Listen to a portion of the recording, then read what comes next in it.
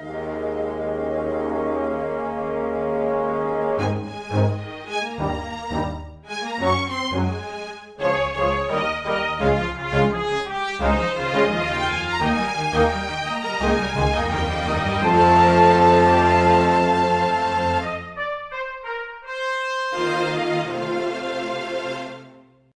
everyone, and welcome to Weekly Manga Recap. It's November the 2nd, and Quinn's back. I'm back. No, the Spookmaster General's lusts for puns have been satisfied for another calendar year. Well, another calendar 11 months, I guess. But he is dead. I have his. I have their mask here, and you know, I don't think we're ever gonna have to worry about him again, Nick. I think this is just gonna be like that's right. This is gonna be like Friday the 13th. Once she's dead, she never comes back. That's right. Well, you know, the antagonist of the first Friday the 13th movie never came back. I think his mom did come back in a later movie or something like that. I want to say. Oh, fuck that. I'm not 100% positive. It's nothing sacred. I'm not 100%. You're like, it was Jason's mom and Uncle Ben. They never come back. Nick, we forgot to introduce somebody. We did? It's Naputaku. Oh my god. Look at him stretchy. Look at him stretch. He's so soft. This was a gift from Kirby in our Discord. Now I have my son, so thank you, Kirby. This is very precious. And he's so soft. He really he stretches so well. I love him. I guess in order to complete it, then I'm going to just need like a full costume Magu costume. I mean, this is like a hand-sized plushie. I don't know if you're like, I need like a parade float of Magu-chan. I need a balloon. I want a vehicle. Do they have any like Ford Coopers that I can put Magu-chan on like they did with Lugia back in the day for Pokemon Silver? Or like one of those T-Rex costumes that have been really popular, but just an eye in the middle and tentacles. Yeah. Oh, guys, it's been stuff happening in the world of Shonen Jump lately. Some changes have been happening. We don't have Aliens Area to talk about anymore. Right. I missed it. How did it end, Nick? I wasn't here the past month. Oh, I honestly, not without exaggeration. I'm not doing this for a bit. I don't really remember how it ended. I just there was the thing that was allegedly tense, and they got out of it, and then they just like walked away, and that was basically it. That's about what I remember. But hey, big news is that Hunter x Hunter is back in the magazine. Yes. And wish all the best to Togashi Sensei.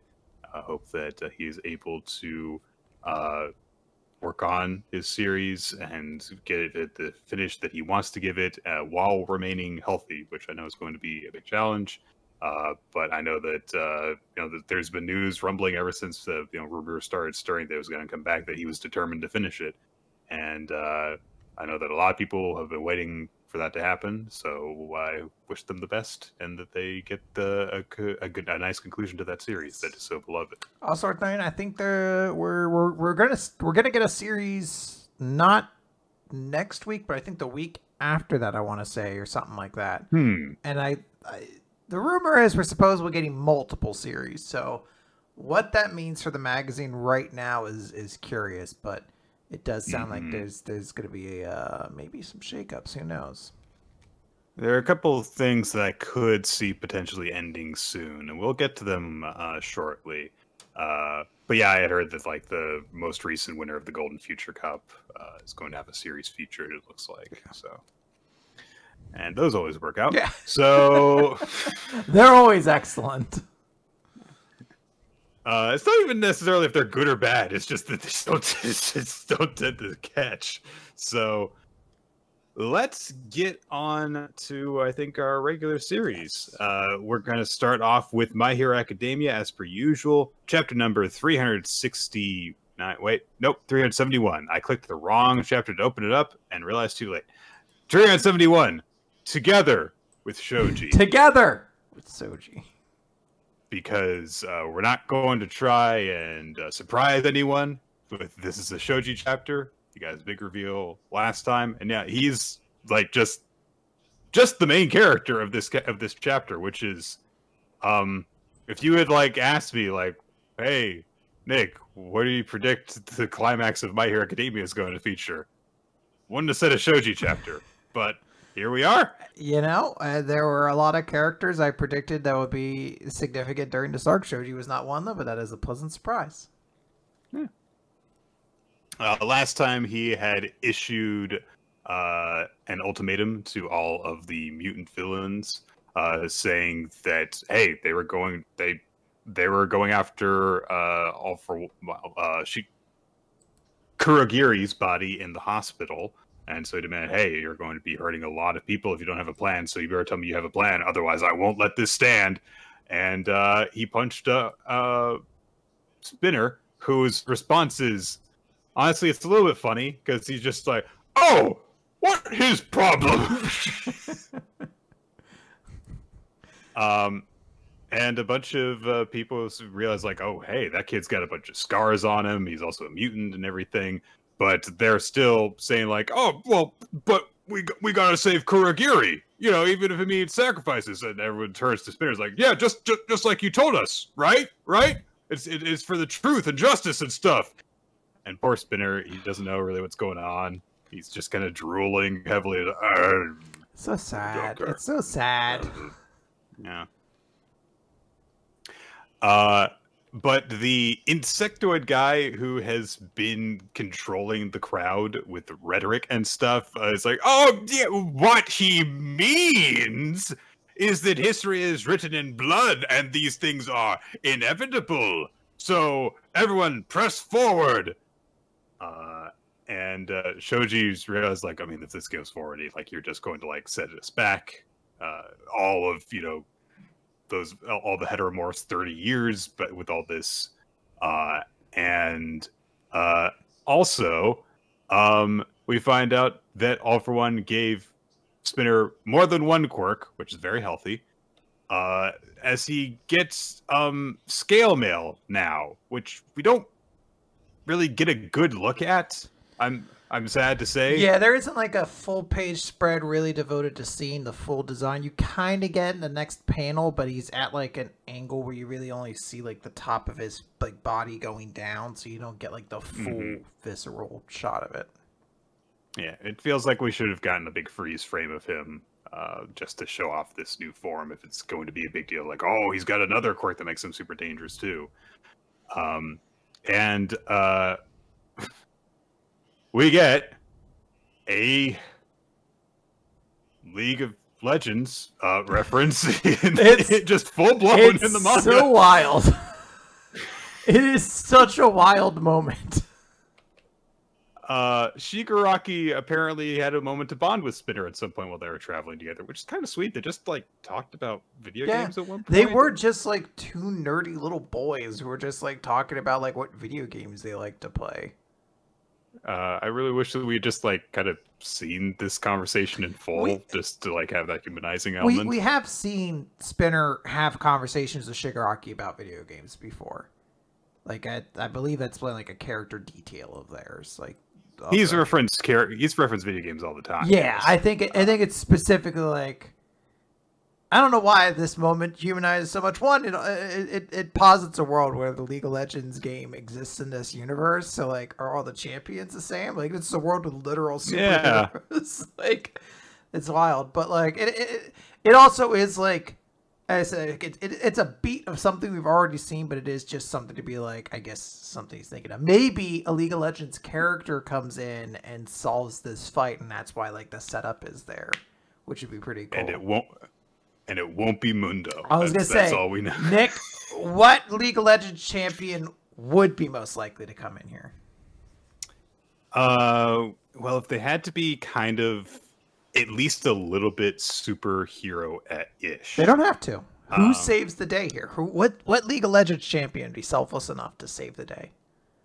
Will be selfless enough? I don't know, or they want the glory. I don't know, Draven. You could say Draven.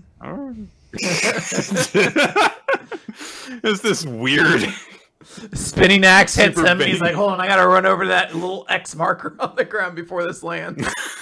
I lose my chain if I don't. I gotta keep my stacks up. So this champions just got weirder and weirder. Remember, it was just like, press the 4 buttons to use your different abilities, and it was like, okay, but we have to find an excuse to release a 275th champion. There was like a point in time where like a character's passive was like, gains 25% armor, and now there's like passives that are like reading a Yu-Gi-Oh card. You're just like, and then you're just like, shit, man, this is wild. And then there's some that's like, okay, this passive actually does 2 things. It's like, then fuck off. I was going to say Warwick, because I feel like we would get some really cool monster violence action. I keep on kind of circling around to Poppy. Now, are we talking about new waifu Poppy they made, or hideous monster lollipop candy Poppy from before? It can be any design you want, but current backstory Poppy, where she's the hero and doesn't realize she's the hero. Instead of she had a hammer, and that was her backstory. We made a race of of like tiny little creatures, and we gave one a hammer, and that's the character's flavor and backstory. You're like, well, okay. Anyway, for this form change that Spinner gets, he does get a power boost. He looks increasingly monstrous, and he goes after Shoji, swings his weird multi-knife sword thing, and Shoji's able to block it, but it cuts off one of his many arms, and it also slams him into the wall of a building. The Insectoid guy is continuing to rally the crowd, and Koda, who is meanwhile nearby during all of this, he reflects on some of their time together with Shoji, and we get some of Shoji's backstory. And he says, like, yeah, my parents didn't have arms like mine, and we lived in this really awful town. They came out in force for a blood cleansing when I touched someone, which is harrowing. And I mean, like, all this stuff involving, racism, let's call it that, towards heteromorphs and stuff is really not an element that's been focused on very much at all. It's kind of been mentioned here and there with like backstory for the series in terms of lore, and also it's come up occasionally when it comes to the Metamorph Society and stuff. But this is like stuff like I feel like we should have been covering a long time ago. We're in chapter 371 of this series, and we're winding down on it. Not super soon, but we're not going to have 370 more chapters. It feels like. Someone brought up that when the big 3 characters were first introduced, Nejire runs up to Shoji and is like, "Why do you have the scar? Or why do you have that mask?" And Shoji starts to tell this story, and she just moves away. She's just like, "Whatever." And like years later, we actually get him. He gets the opportunity to finish his story. Yeah. But while this is a flashback to when he's explaining everything to Class 1A, and he's like, "Oh yeah, you want to know how I got these scars?" Well, so he explains it, and he says, like, "Look, Koda, Tokiyami, others who grew up in cities might have read about the kind of stuff that I went through, about areas in the country where there are children who bear scars like mine." And Ashido, who, let's face, would probably also be one of those people. She's got horns and black sclera. She's like, "Oh, the world would be better off without those creeps." But Shoji's like, "Okay, maybe." But the fact is that, the disparity remains. We get a brief moment where Mineta feels really bad because he referred to Shoji as octopus once, and he's really apologetic over it, which is a nice detail. But Choji's like, hey, it's okay. Like I look like an octopus, and I know you didn't mean anything bad by it. And my name, Tentacle, the word taco, means octopus in Japanese. I'm aware of this, and I'm not shying away from it. And I wouldn't want people to tiptoe around that. But my appearance and my scars, those kind of things, if people see them, they're going to wonder. And that's why I wear the mask over my face, because I don't want people to think that I'm this dark guy looking for revenge on the dregs of society or whatever. And he refers to another time when he was young, when he saved this kid who was being swept away in a river and used his arm growing abilities to pull them to safety. And he says, yeah, rather than dwell on the bad memories, I'd rather cling to the single good one related to this body of mine. Which is so heartbreaking. It's why he got so hurt, sweet. but it's sweet. He's still not ashamed for saving somebody. Yeah. He's a good egg. And everyone is very, very touched by this, and a bunch of them swarm in, and they all kind of like get covered by his many arms with the webbing in between them and stuff. And they're like, "Oh, if you've only got one memory, we'll make a whole bunch of them together." And Shoji's like, oh, "Yeah, I know it's gonna probably take more than one generation to tear down a wall that stood for over a century. So just as those who came before me have done, I'll keep paying it forward. I'll be the coolest hero the world's ever seen to give good memories to generations to come." That's so fucking awesome. We could have had this for so long. Yeah, I mean, ultimately we did get it, so I'm grateful for that. But yeah. I guess we should follow what Choji says and focus not on the bad stuff of we could have had this for a long time, and focus on the good stuff of, but we do have it, so that's nice. Think about how annoyed you would be, Nick, if we got this 100 chapters in, and then the rest of the manga, he's just Chad. He never does anything else again. Never does anything. Like, I think this is probably the preferable method of just like, we got something, and it's towards the end, so there's no real fall off for him, hopefully. I guess I understand your point. I don't know. I'll have to think on if I actually prefer when series do that or go the other way around. But that's a good point. Yeah. Shoji in the present starts shouting out to Spinner like, "Hey, I've been persecuted too. And look, I know that the people who hurt us were not justified, but there's got to be a better way than this." And, we also get flashbacks to things that Shoji was like just on the sidelines for, like when the heteromorph woman that Deku helped ran to comfort him when he was brought back to UA. And how she talked about how she'd been turned away because of her appearance and stuff. And as he's fighting with Spinner, Shoji says, "You got to think about how to make use of all the rage that's inside you. We've all got these scars that we carry." Insectoid guy is just going full ham. It's like, you've got no good alternate solution, though. These are just the pathetic cries of your ego. You're so childish and naive. Oh my god, that's a lot of birds. Koda's not happy. He's activated his head crystal. Yeah, he's awakened. I don't. He's psychically summoned a whole ton of birds to attack this guy. While saying, "Don't you dare mock Shoji." And then we cut over to the fight between Shoji and Spinner, as Shoji is doing a thing with his arm to make it big and gross. And Spinner, full on just kind of dumb form, just says, "Gross." And Shoji says, "Yeah, this is who I am."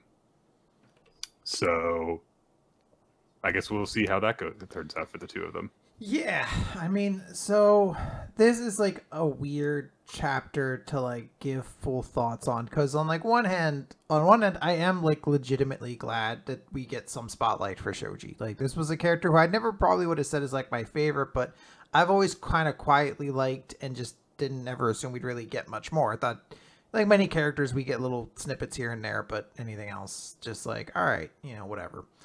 So I do like that he gets this. I don't like, obviously I don't think I'm the person to talk about the sort of racial allegories of this chapter.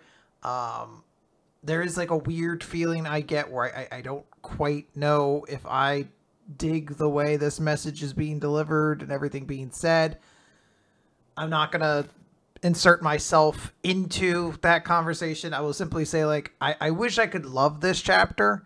But I really am just kind of, I guess, excited that Shoji gets to do something. And, you know, he does have this little bit that's like an admirable piece of a backstory to be like, okay, like that's, you know, something going on there. But, and I think the moment with the birds actually is pretty cool. Where just like, it's just this dude taunting and all the fucking birds just spawn behind him is pretty cool. But, yeah, it's going to be a tough chapter for me to really like put all thoughts into. Yeah. I think that this might be one of the reasons why we haven't dealt with a lot of this, like, you know, heteromorph prejudice, is that the way that My Hero Academia is kind of set up in terms of the dynamics of, like, their society is that the society as it exists is flawed, but generally good.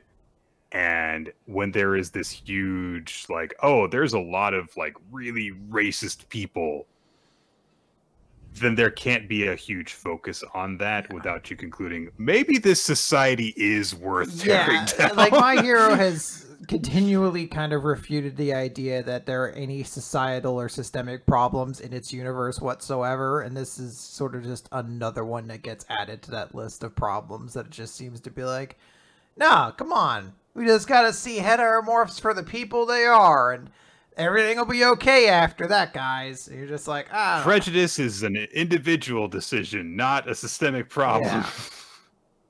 Yeah.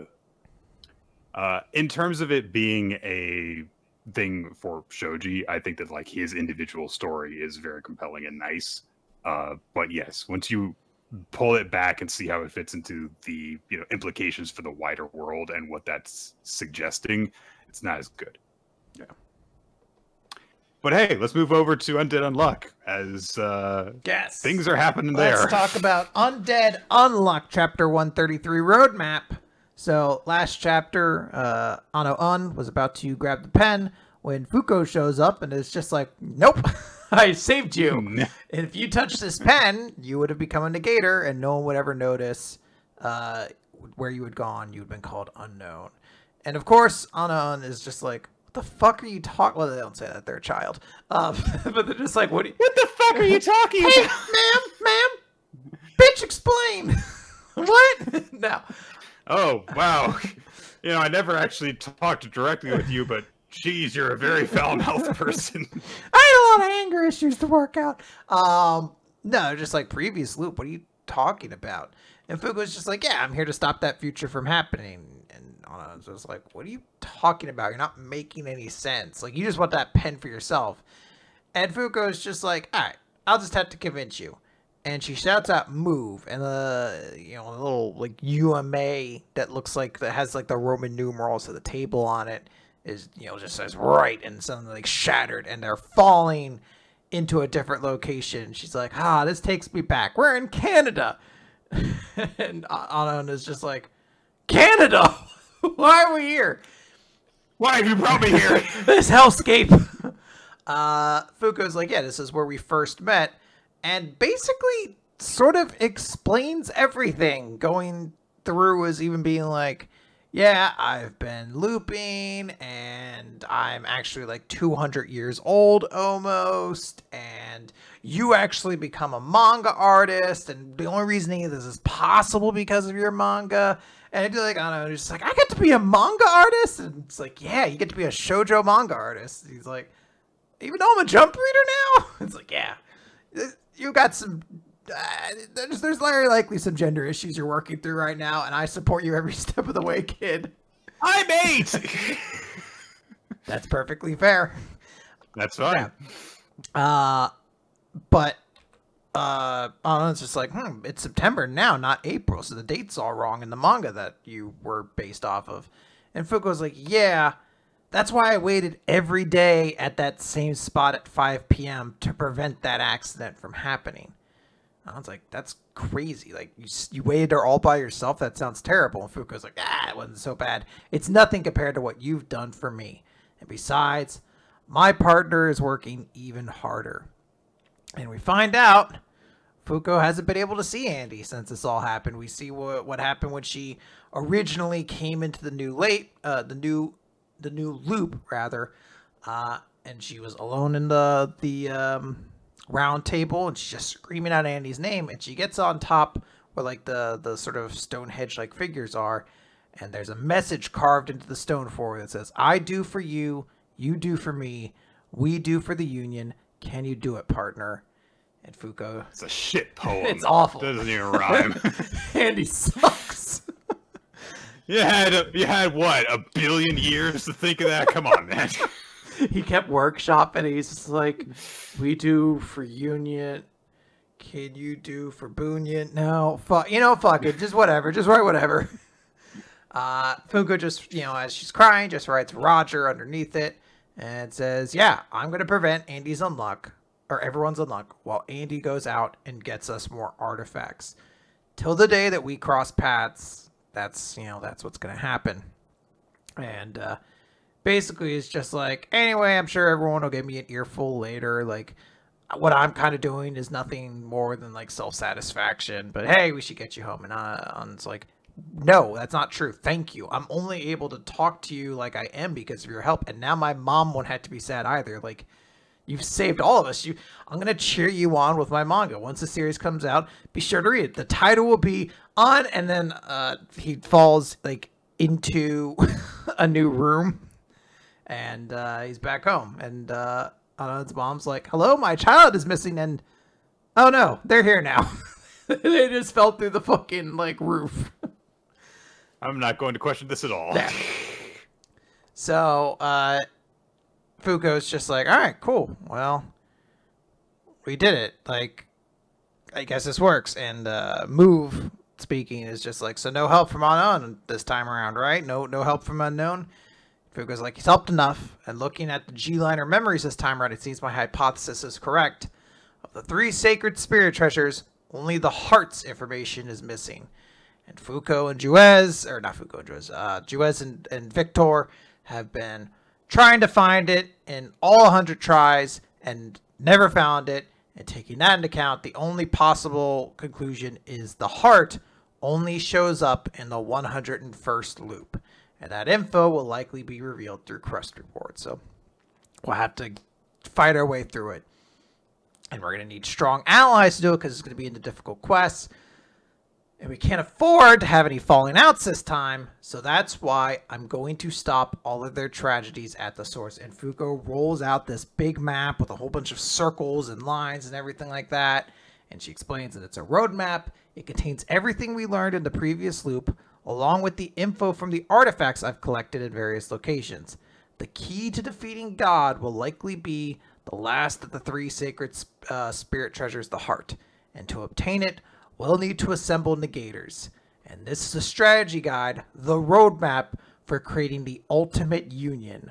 Just hold on, everyone. It's this big 2-page spread kind of showing where all the different members of Union and Under that we met in the last loop kind of are in their lives right now. There's little bits and pieces you can glean from this that are kind of interesting. And Bunny is still in the bunny suit. Yeah, well, Bunny gonna bunny, I guess. Bunny's gonna bunny. Phil is an infant. I want to make that very clear. Phil is a baby. So, yep. That makes me concerned for what he was in the last loop. Anyway, she just continues like Tatiana's family, Chikara's friends, or sorry, Top's friends, Tatiana's family, Chikara's family, Mr. Rip's one true love. There's a way to save them all. Next up, Mr. Nico and Mrs. Gina. One true love. Come on. Unless you're talking about, like, not a person by that. Like, yeah. It's going to be interesting to see the route that Fuko takes. This could definitely be a way for us to kind of focus on some characters that were very much just side characters. I mean, the fact that she stopped by with Ano-un first. And it was an interesting thing to just see. It was like, oh yeah, for her, she's planning on that just being kind of done, which makes sense. Like, Unknown's role and everything was passing the story on so that they had information.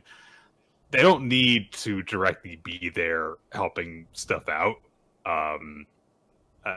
At the very least, for a good chunk of Fuko's journey. Maybe they'll come back later and stuff.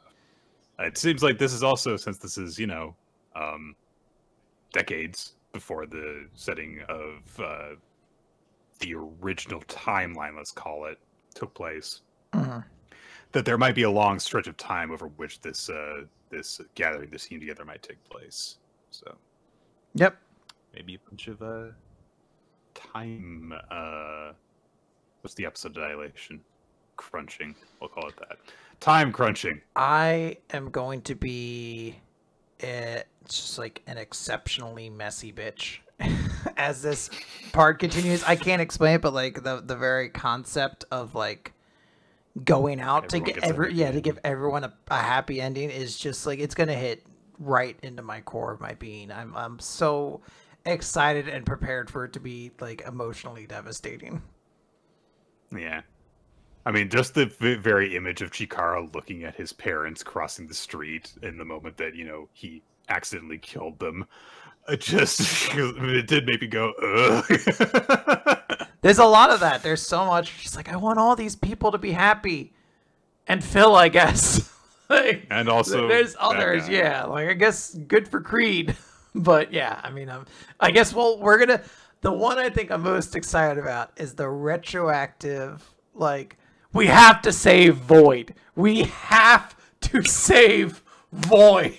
And everyone's like, I vaguely recall that there was another person in Union that you guys had to kill to get into it. And it wasn't the big guy. All right. Let's move over to Chainsaw Man. Chapter 109, The Easy Way to Stop Bullying. So, last time, Yuko seemed to be on the verge of death after Asa cut her with her school uniform sword, but a mysterious girl with what looked kind of like ripcord earrings did something, and now Yuko's really huge and bursting out of the school. And Yuko doesn't seem to have realized how she got into this position, as she's like, what's going on? Oh, look, little people and a school. Wait, that's it. Bullying won't end as long as schools exist. And she starts wrecking the school with her tentacles. And just rips through like the entire top 2 floors of the building, sends rubble everywhere, and goes, I did it! Never underestimate how many characters in Chainsaw Man can be dumb. They're so simplistic. They're all dogs or cats that have all just achieved their one goal in life. Yeah. Someone does something to attack her. I'm not really sure what. Like a praying mantis claw, it looks like. Maybe someone has like the praying mantis devil or something like that. Yeah, probably it's largely irrelevant. They aren't hanging around. They're dead. They're crushed completely. His partner doesn't even get to do anything before also getting cut in half. That's who you have to feel real bad for, is the one dude who was just like, good job, Chank. Like, oh no. Chank, save me. And Yuko's like, all right, yeah, I did it. And then she looks around, sees Asa crumpled on the floor, covered in bruises and some blood. And she says, Asa, are you okay? Who did this to you? Oh, Yuko. She spots who I believe to be the surviving bully from before. I'm not 100% on that. But it's the girl who's hiding around a corner. She snatches her and says, you did this, didn't you? And of course the girl's like, it wasn't me. And Yuko goes to kill her. But then Denji arrives on the scene. Just Denji in his uniform. And he's got this stupid grin on his face because he's like, this is my chance, this is my chance. And he says, hey, bad devil, let the girl go. And of course Yuko's like, go away. Well, you've left me no choice. I'm all out of blow my options. I don't want to blow my cover, but a superhero can't stand idly by in an emergency.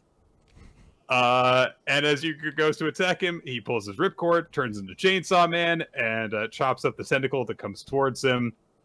And the girl that Yuko has grabbed is like, wait, Chainsaw Man? And Denji says, ta-da! It's weird. Demon guy. Yuko realizes, oh my god, Chainsaw Man's here. What do I do? What do I do? She lashes out at him to try and keep him away. Denji lunges forward, slashing his chainsaws, shouting, Chainsaw Man's here to save! I would love it if he does what we do when we introduce these. It's like, he's just making chainsaw sound effects in his head. Yuko gathers herself and realizes, oh wait, I can just read his mind in order to read his movements and stop him. And Denji just keeps on running up her arms, cutting through her other arms, cutting, breaking through stuff. And Yuko goes, you're kidding me. He's not thinking about the fight at all.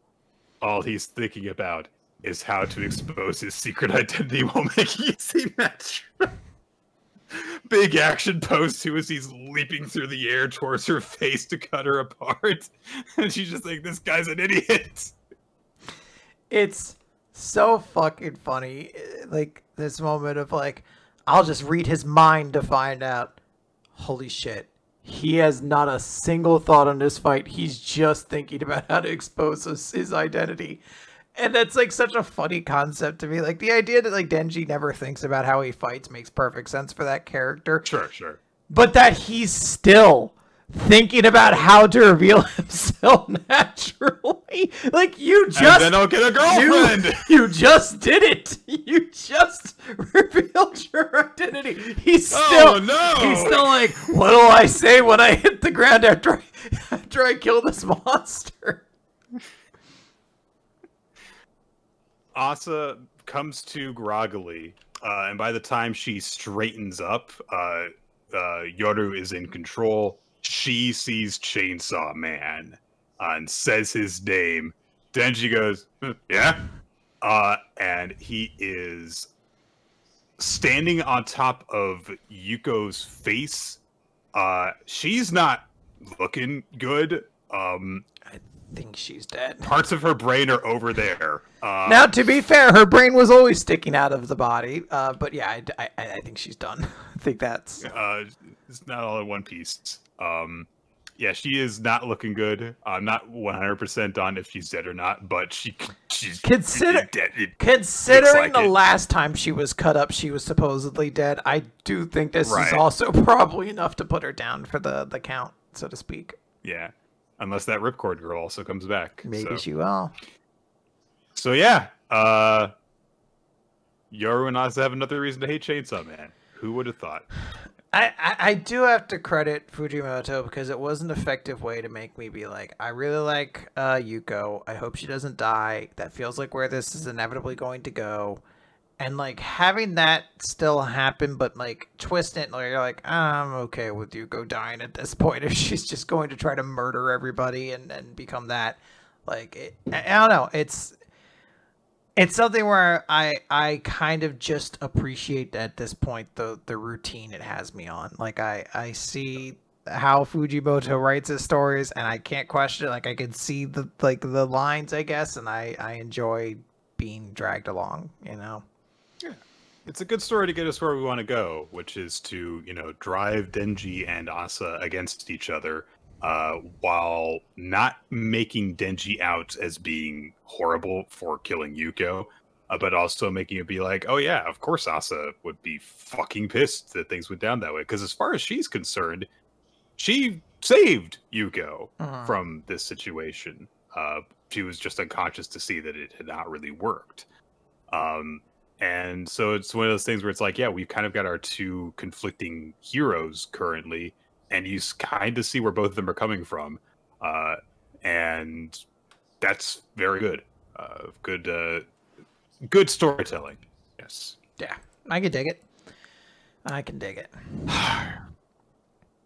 speaking of good storytelling, let's talk about Eden Zero. No, we're not. We're talking about Kaiju number 8. You're and right. Then we talk about Spy Family. So smooth the transition I had. So smooth the transition. When you started with like it's over. Speaking about storytelling, I was like, I guess Nick really didn't like this chapter of Kaiju number 8. It's fine. How do I access this? I gotta open up the chapters now. That's fine. I'll tell you, it's Kaiju number 8. Chapter 73. There's no titles to these chapters. That's crazy. And we open with I like how you just said no patience for me too. Just like, no, we're not. Well, I was like, this is gonna throw off all the rhythm. Who knows? This is anarchy. Hoshina is online now with number 10, the weapon, the bodysuit, the tail, everything like that. So the bodysuit's not quite as bad as Kikoru's. No, this I think the detail of like the cross eye thing, like the kaiju itself had along the chest plate, helps give it a lot more personality. But yeah, I guess because we didn't see whatever Kaiju number 6 or Kaiju number 4, whatever one was hers, we just don't really see it. But don't have an appreciation for the aesthetic. So yeah, Kaiju number 10, as soon as Hoshina is getting ready to go, says, "All right, let me run amok, Hoshina." And Hoshina has to say, like, I'm the one in charge here, so shut up. Let me use you to fight. And then he says to Okunogi, his assistant, by the way, why can it talk? That is like a great detail. He's just like, "Hi, Hoshina here. Quick question. Why did we give this suit the ability to talk to me? Because that doesn't feel like it should be necessary. Also, it can yell at me and backsass me. These feel like design flaws we should have worked out in beta." Yeah, they were kind of rushed into this situation. They didn't finish all their testing. Even the fact that they're using it in a live combat, they from Loud say it's probably too early to do this.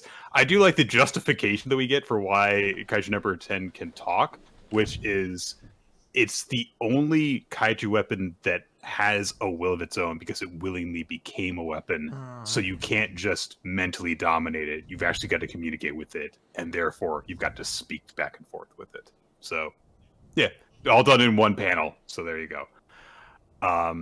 So Hoshina says, "Yeah, I get it.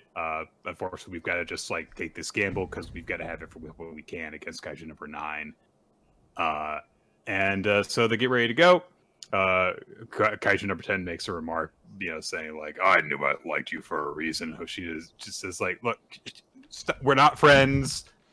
Stop this. Stop trying to distract me. Stop trying to throw our moves out of whack. If you screw up again today, I'm gonna die, and then you'll be decommissioned."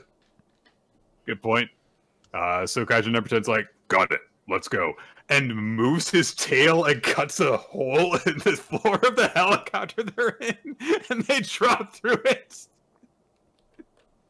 It is pretty awesome. Yeah. So everyone's like, "Wait, but we haven't relayed the plan to you." And Kaiju number 10 says, "The best plan is no plan." I am all for stupid idiot Kaiju number 10. A bunch of these kind of, I guess, swole grasshoppers, we'll call them, looking kaiju, come towards him as soon as he lands. The others start panicking, but Hoshina just straps his mask on, and he says, "All right, we'll talk about this later. I gotta show you who's the boss now. Let's go." And he pulls his swords out. He's looking badass. He immediately spots an opening where they can flank from one side where they're least concentrated. And so he's like, "All right, we're going to the left." And Kaiju number 10 at the same time says, "Right."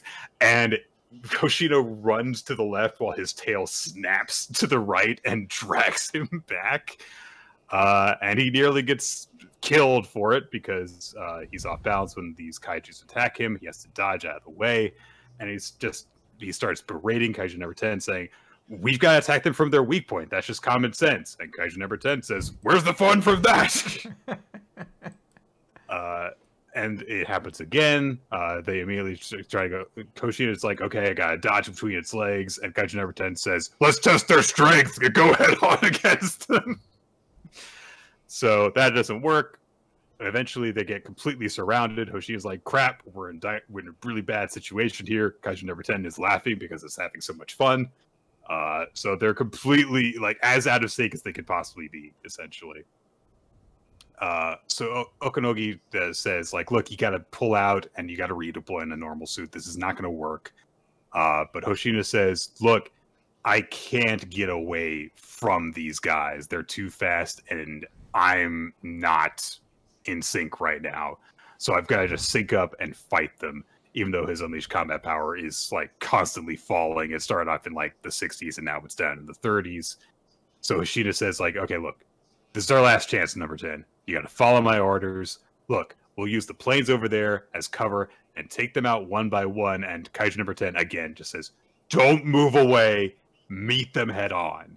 And he yells it so forcefully that he does stop Hoshina just as this insect kaiju thing is going to throw a freaking plane on top of him. But fortunately, because he was stopped by number 10, he was able to dodge backwards. No, thanks to what that. happened is Kaiju number 8 Kaiju number 10 stops him, and the creature that was trying to attack him was predicting he would keep moving. So by stopping him, he didn't run into where the plane was going to crush into him. Yes. So he stopped him to save him. He's a good boy. He's just really mean. Yeah, number 10 says, like, you avoided a direct hit thanks to freezing up. My ingenious decision-making saved you. I fucking love Kaiju number 10. He's so stupid. I really like this idea that Hoshina just has a himbo fucking AI in his armor, and he just has to deal with it from now on. But yeah, Hoshina's hearing none of it. He says, if you just listened to me, we wouldn't even have had to be in this situation to begin with. But he quickly realizes, all right, asking you to cooperate with me was a mistake. Why do I always get stuck with the hard-headed jackasses who don't know when to quit? And of course, he's thinking about Kafka when he says that. So he says to number 10, look, the fact that you ignore orders is a fatal flaw as a weapon. They're going to order you to get decommissioned. But I can't go dying here. So today, we'll play it your way. And they start to sync up. Their combat power rises, and Hoshina squares off directly against the group of kaiju. As number 10's like, yeah, let's do it. And Hoshina agrees, we'll tackle them head on. And together they say, follow me, even if it kills you. In this cool bisected full-page spread of the two of their faces together. Yeah, this is an extremely cool introduction to the Kaiju number 10 suit. It's very fun. Like, you just like this character. You're like, dude, Kaiju number 10 rules. He's such an annoying idiot, but like, he makes things so much more metal. And like, Hoshina was already kind of the coolest character in the series for me. So all this does is just amplify what was already a good thing.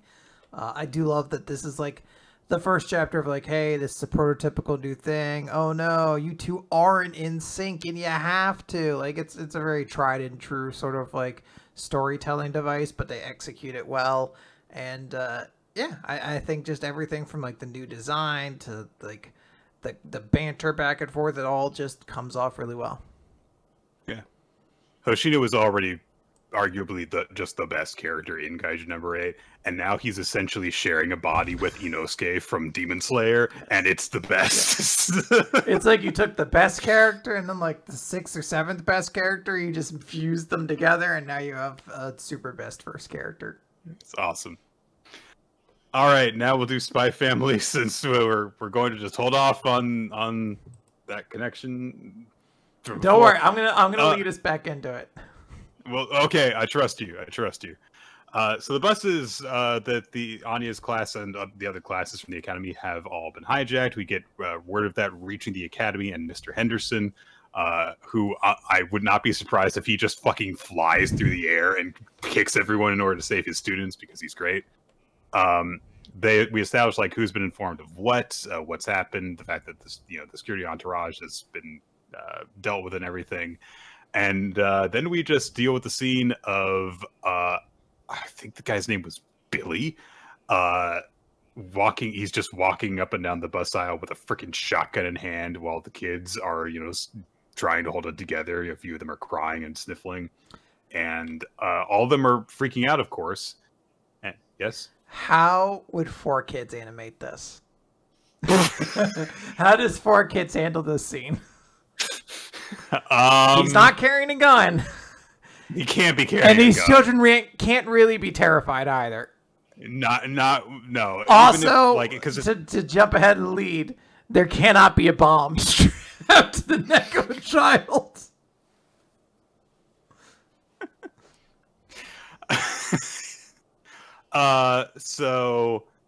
I think that the kids would all look kind of scared, but they would all be cracking one-liners along the way.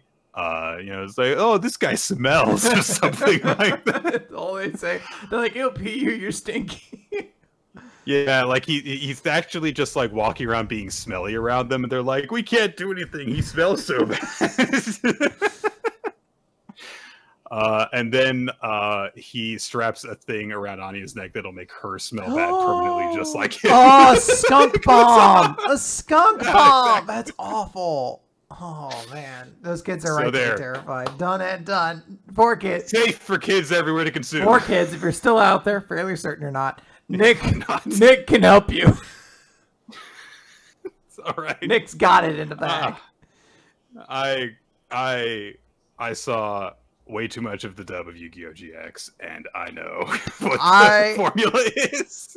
I want this world where 4Kids is back. They're like, it's like when G4 got revived. They're like, guys, your nostalgia trip is back. 4Kids has returned, and we spent all of our money getting the licensing rights for Spy Family away from Funimation or whoever, Crunchyroll, I don't know. So they mid-season rip it away, and suddenly 4Kids it.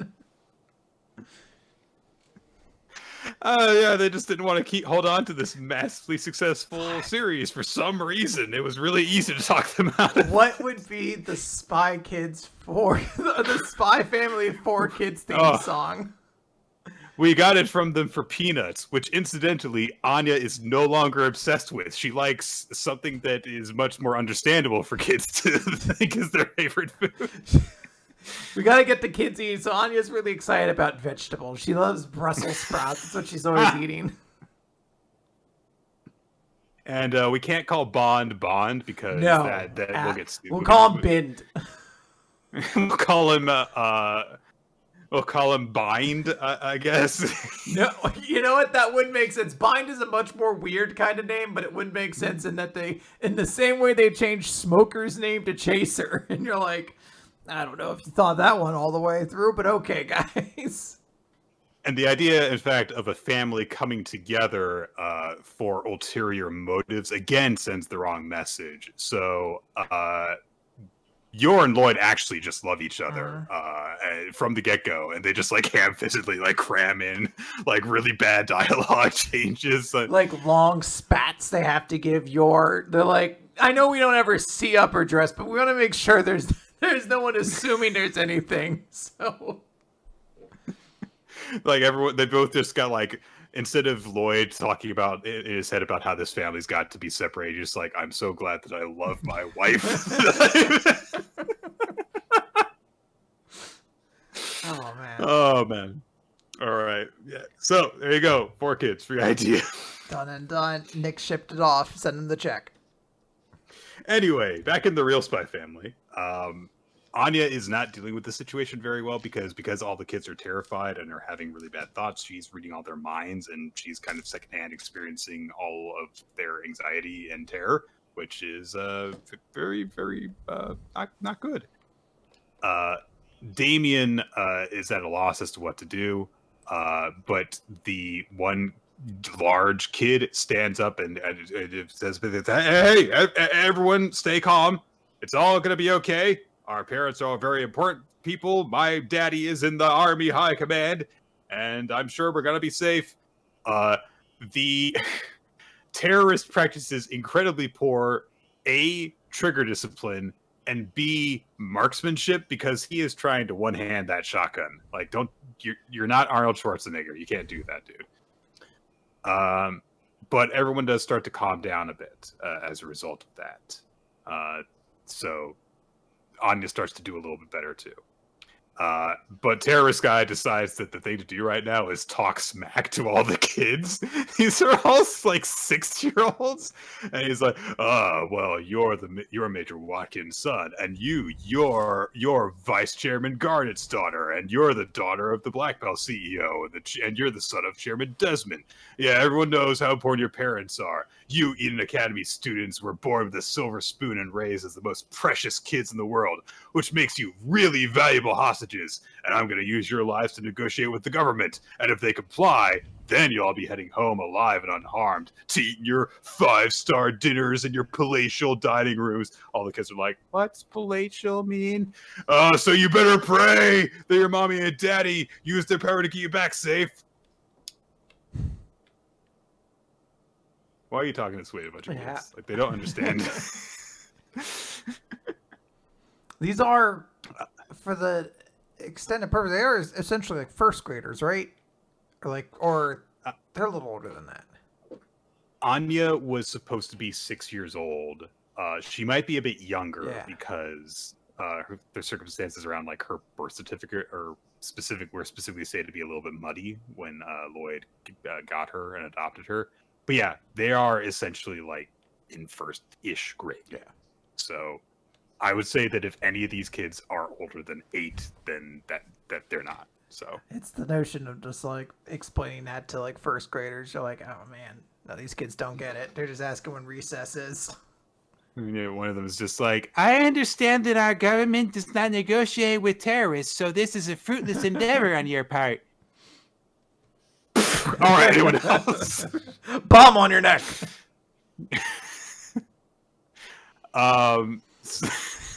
This is what he deals with all of his problems. That's honestly, it's like the toaster comes out, a little burnt. He's like, bomb around your neck. Sports team he roots for starts losing. Bomb around your neck on the TV. Like, it's not the TV's fault. My cell phone bill's too high. Bomb around your neck. Oh man, the walls are creaking. Bomb around your neck. My back hurts. Bomb around your neck. No, wait. It's too humid outside. Bomb around your neck. Word reaches the handler that this has happened, and at first she just reacts to like, okay, look, if a bus got hijacked, that's not a concern. Like, the local police deal with it. But she is informed that Anya and Damien Desmond are among the hostages. Oh, well, that directly interferes with their mission, so they do have to check in on things and try and get this situation figured out. We are specifically told that Twilight is up in Bayon on an undercover mission, so he is out of reach and will at least not be back for a while, if we'll even see him during this whole situation. So some of the kids start to talk amongst themselves and be like, what can we do? What should we try and like call for help? Should we open the window and yell? And some of them were worried about, are they gonna kill us? Anya reads the terrorists' minds to try and figure out what's going on, and she finds out where they're headed. And then she says, I really need to pee! Which is kind of her go-to excuse for any situation. Yeah. But the terrorists are like, shut up. Just hold it. But she realizes where they're headed to. When Becky asks, like, how did you figure that out? She's like, oh, I can read the bad guy's lips. I learned it from spy cartoons. Pretty good lie. Yeah. And then they're like, okay, well, if we could get a message to someone outside, maybe we could be rescued. So what do? Maybe we can like line up and spell it with our bodies. No, that'll never work. So Anya's like, I know, a spy will write it in secret code on microfilm and hide it somewhere in the city. And Becky's like, oh, right, we'll write it on a piece of paper and throw it out the window. Good thing you got it. Anya scribbles something out, a note, and she's like, "Ta-da!" And Becky says, "We shouldn't actually write it in secret code, though." Oh no, my writing is just really messy. So Becky writes it instead, and she specifically says, like, "Oh, and I'll add in an SOS code we use for family emergencies." She says, "Oh, we need to make sure that someone sees it land, so I'll put it in this tin for my bag and stuff." Damien tosses them a note while they're at it, which says, "Hey, if you guys are up to something, you're gonna get yourselves killed. Don't do anything." So Anya sees it, looks over at Damien, tosses a note back.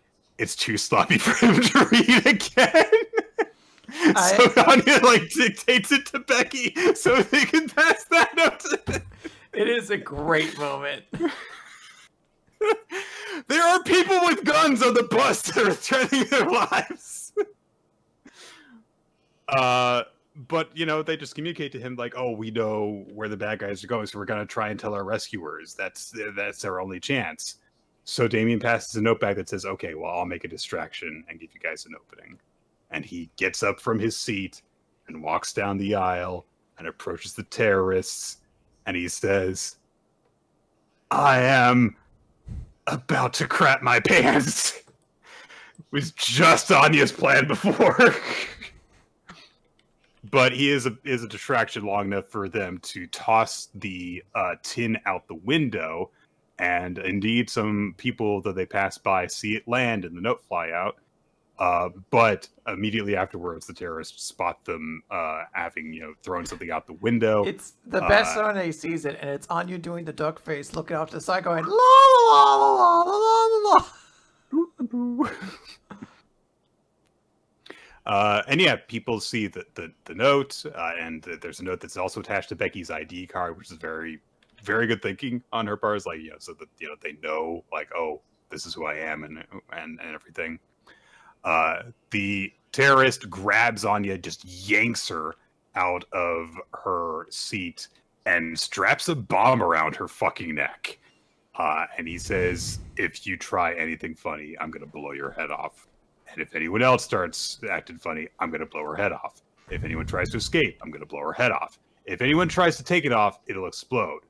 Her life is in your hands, and if any of you screws up, she's a goner."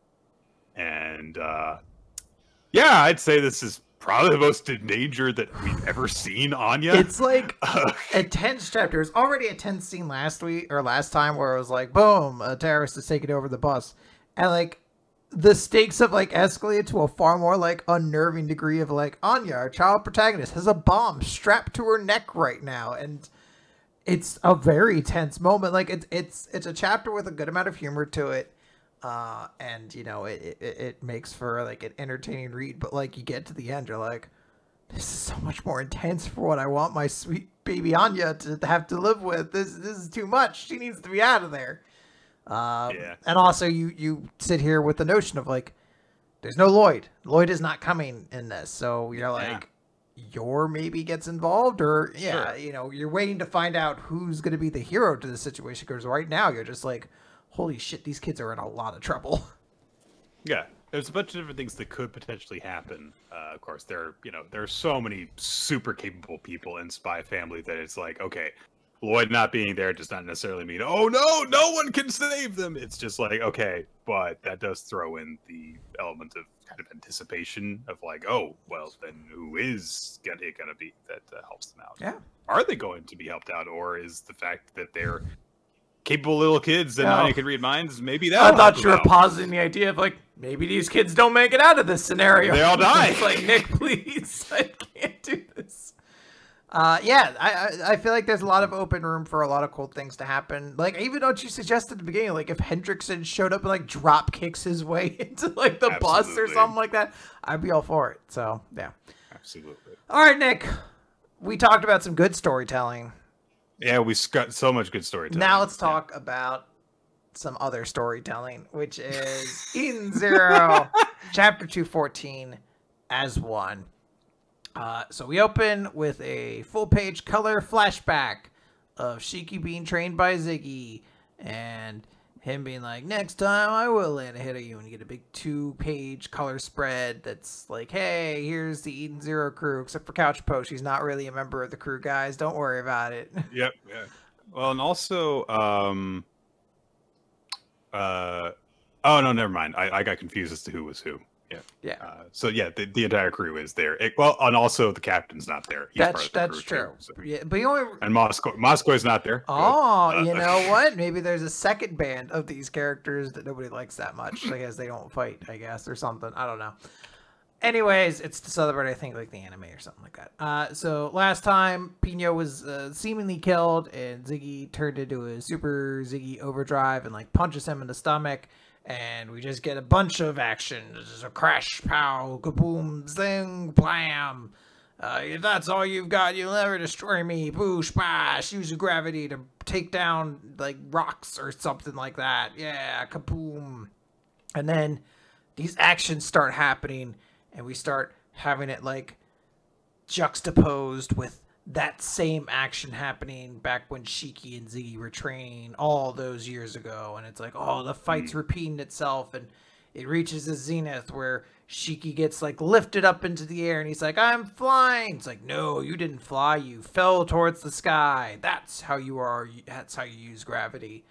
And Shiki realizes, I see what this is. This is not me fighting the monster. You're still Ziggy, and you wanted me to get to this point. Like, he's like, you didn't think I would figure it out, that I'd fall for the same trick twice, essentially mentioning how the only way they got him off of Grand Bell was for all of the robots to act like they were evil and trying to come after him. He's like, so you're trying to act like you've been taken over again, but really I'm on to you, Grandpa. And Ziggy's like, are you going to stop then? And he's like, no, I'll do it. Destroy you, and boom, big 2-page sound effect. Or 2-page sound effect. I mean, it is basically like a 2-page sound effect. It does. It goes ka boom. Yeah. Ta-da, he's seemingly gone now. And then Nick, what would you know? But Pino plops out of a wormhole portal seconds later. Thank God. The character we knew wasn't dead. Again, I try not to be one of those people that like thinks critically of like the next chapter. I try to let things happen, but this is like legit like the 6th or 7th fake out in this arc. Like, it has to stop. You can't keep getting away with this. I will at least say this. At least this one wasn't trying to make us think that Elsie was the villain again. At least this one wasn't like, Pino's somewhere different. She must be the bad guy. Yeah, she's just like, oh, man, that means Master Ziggy must be gone. Shiki's like, it's okay. It's really goodbye, Grandpa. I could never tell him before, but I hope he got the message. Thank you for raising me. And, you know, they get a long little monologue about, like, you know, jumping through time, becoming a robot, you know, but it was all worth it to essentially create Shiki, who will never become me, one that won't. And in that way, Shiki and Ziggy have become one, and I leave it all to my other self. I trust you to guide the destiny of this universe and choose the path for the Eden Zero. And Shiki, crying, just says, I will, Grandpa, I promise.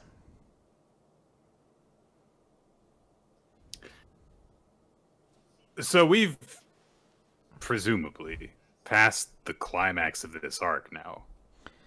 Presumably. I mean, there might very well be a big thing that happens where it's like, and this is the feeling. I think that is absolutely going to happen. We have to do something to like tease out who the next like major antagonist is. Sorry, carry on. Well, my point was just going to be, we've now dealt with all the actually established villains in this story. Yes. Some of them were really thrown in there. And also this one. Nick, what do you mean? Cure and Acnoelia, they all had like cool and interesting involvements in this story and conclusions. Why did we introduce this big group of important characters, supposedly important characters, and then be like, and also they're dead now? I don't know, because it subverted your expectations, Nick. You never knew it was going to come, and now it's gone. Yeah. just not smart enough to appreciate this series. That's the problem.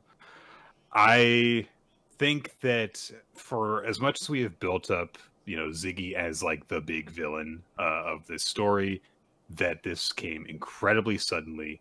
The final fight that they have, there are some nice little bits to it, but it honestly does not feel like it went nearly hard enough in any respect. The final fight's not cool, I don't think.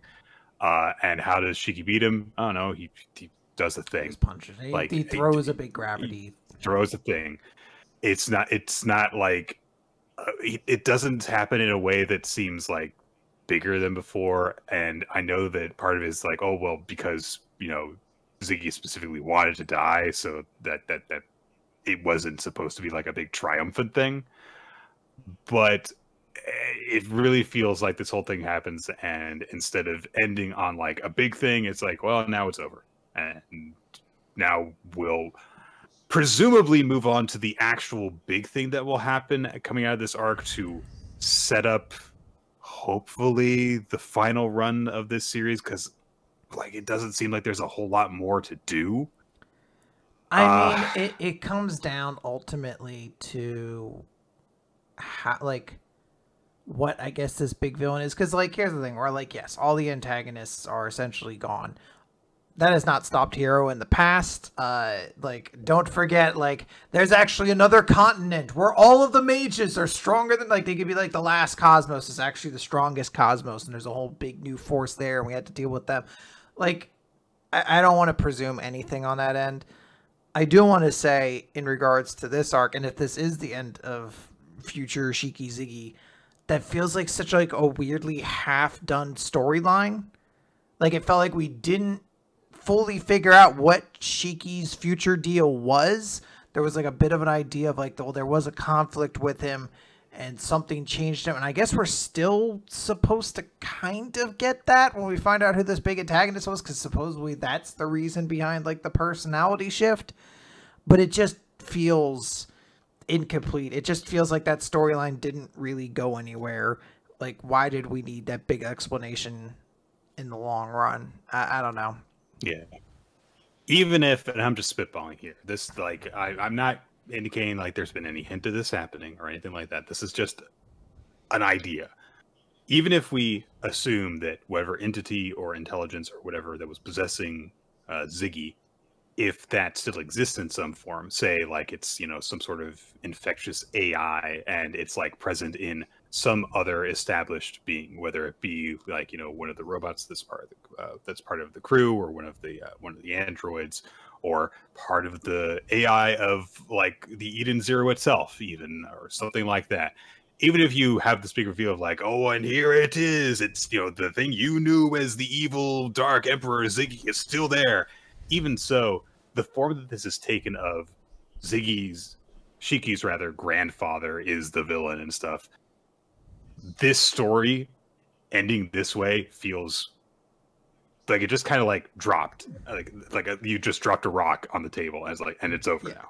So. I'll say, in like a vacuum, I don't hate this chapter. I actually think like it's not like emotionally destructive or anything like that, but I'm like, it's fine. Like, he realizes that Ziggy is actually still in control because he recognizes this fight from when he was a kid. Like, it's okay, it ties into something. This wasn't something that was introduced before or anything like that, but I'm like, I get it. Like, it's fine.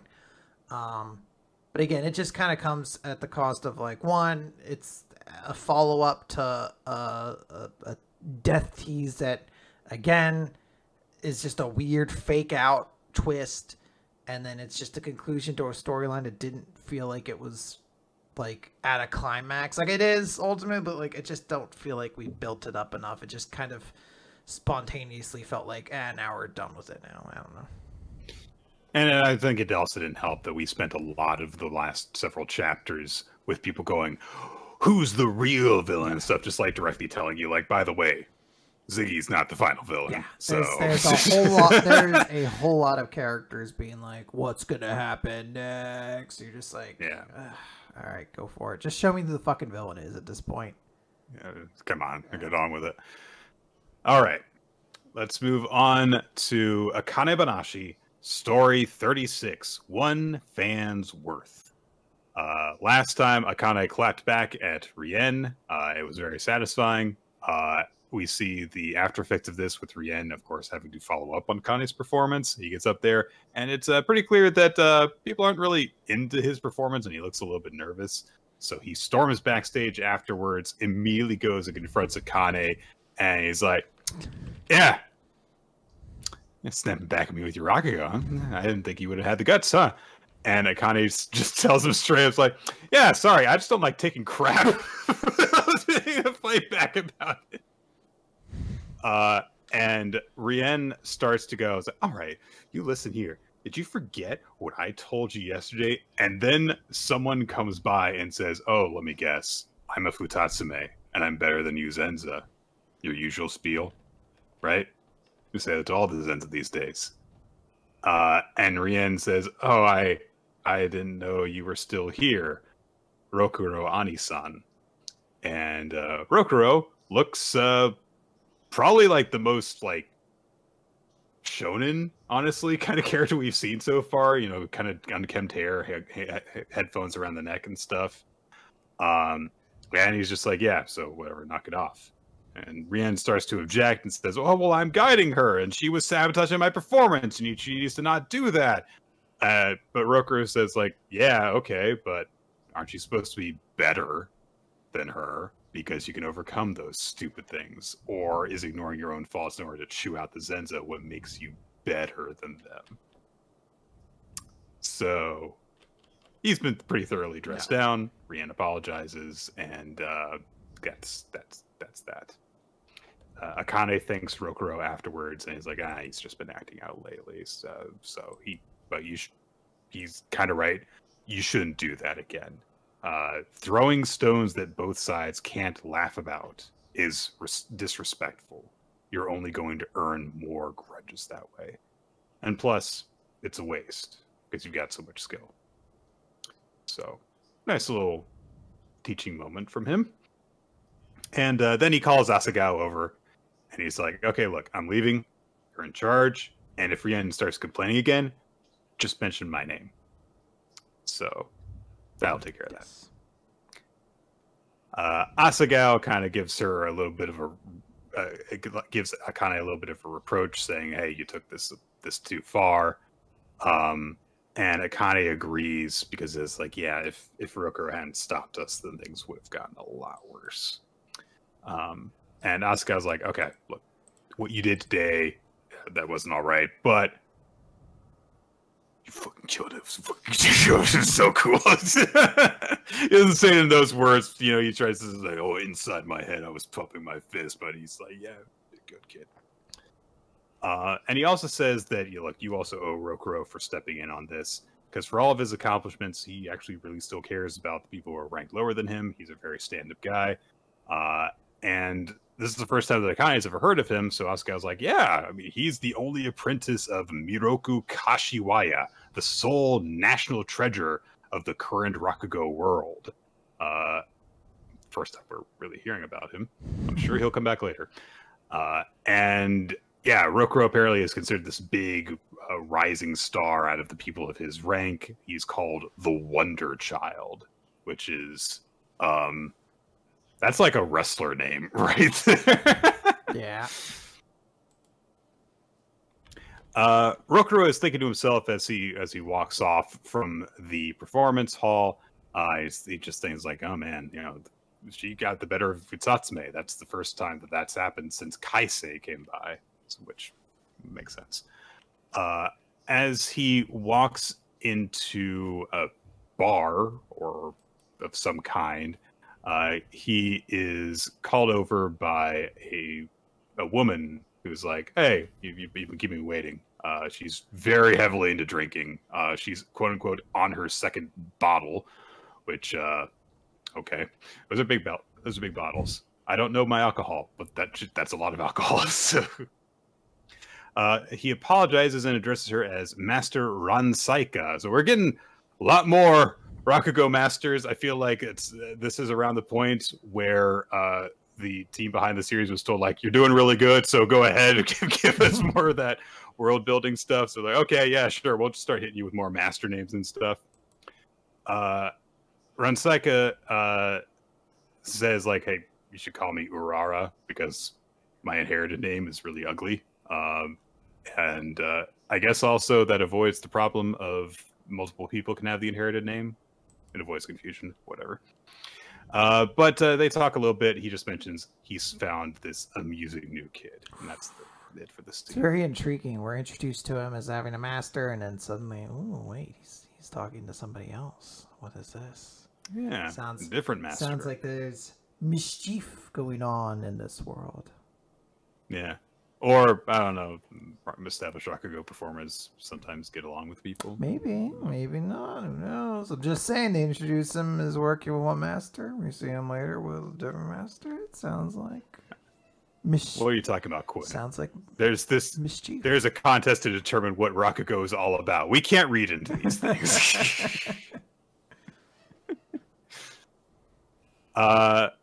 Time passes, and we cut to a scene where Akane is like, "Oh, today is our last day working together. Thanks for establishing that, Akane." And she says, "Oh yeah, I'm gonna miss you guys." And Karashi says, "Whatever. We're gonna see each other." No, his response is the right one, where he's like, "We're in the same profession. We're going to run into each other somewhere else." Like. Yes. We aren't high schoolers going off into the world. We're a bunch of young Rakugokas who are going to be doing Rakugo. Yeah, there's only so many Rakugo halls. Asagao tells Akane that she is the opener and to check the list of stories from the slate. And we get some, like structural information about the way that Rakugo shows work, which is, okay, so the slate of performers ideally has a pace where the pitch and excitement should rise through the list and peak at the headliner performer. As a result, there are certain rules for choosing the story. You can't have one performer repeat another performer's story. And also you can't have performers pick the same type of story, because if you have, two different ones, they're like, oh, hey, this is a story about, a guy and his boss and stuff. And it's like, oh, well, that's kind of weird. It sounds is this like a theme night? All boss stories? Yeah. It's called a boss rush, obviously. Obviously. So they've got this thing called the Netacho, which just has all the day's stories written down ahead of time, and that way each person knows what they can and can't perform. But Akane looks over this list, and she calls over Asagao, and she says, "Hey, so it's not good to double up on the daytime stories, right?" And Asagao's like, yeah, Sakate, people who have bought admission for the showing can sit around until the nighttime performers begin to. So if you're here during the daytime, there can't be any of the same stories. So don't do that. And Akane's like, right. And it's also not okay to perform the same kind of story as a daytime performer. And Asagao says, well, I mean, that's a bit different. You can do it, but you need a buffer. And he specifically takes out a paper fan and lays it down on the list and says, this is your guideline.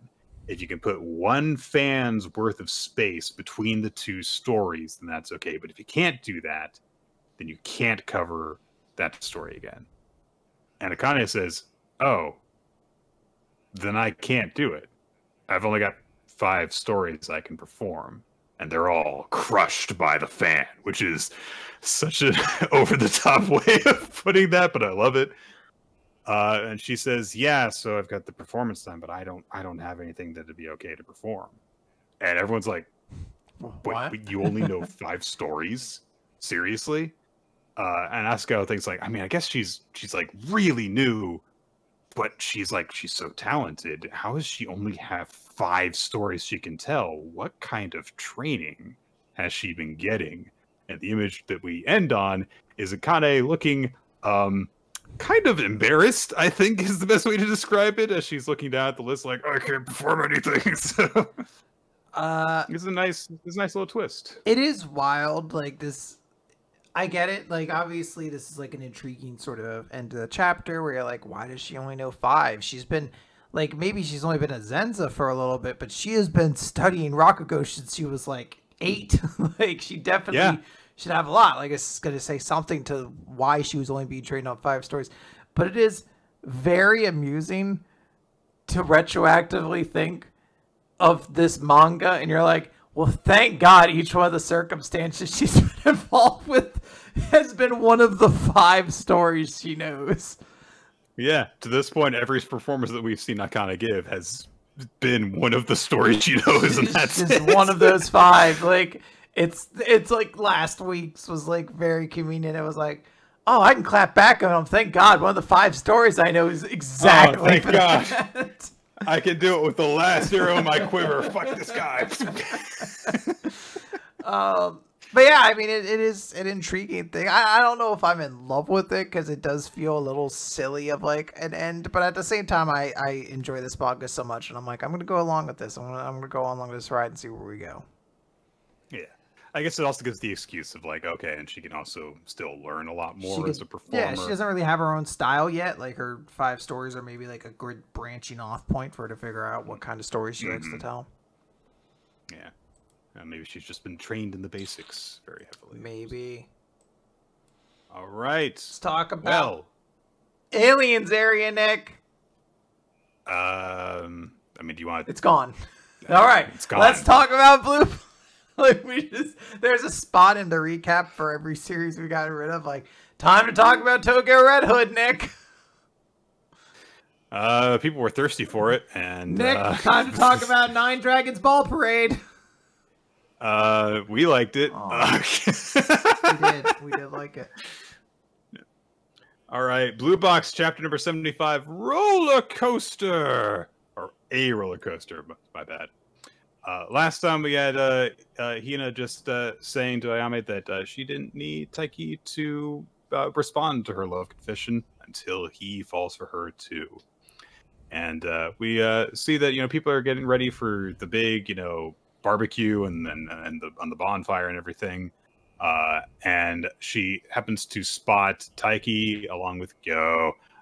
And at first, Hina's face lights up because she sees the boy that she likes, but then it's very cool because she sees him from the back, and then he turns, and she turns and follows his gaze to see that he's looking at Chinatsu, and then she looks sad.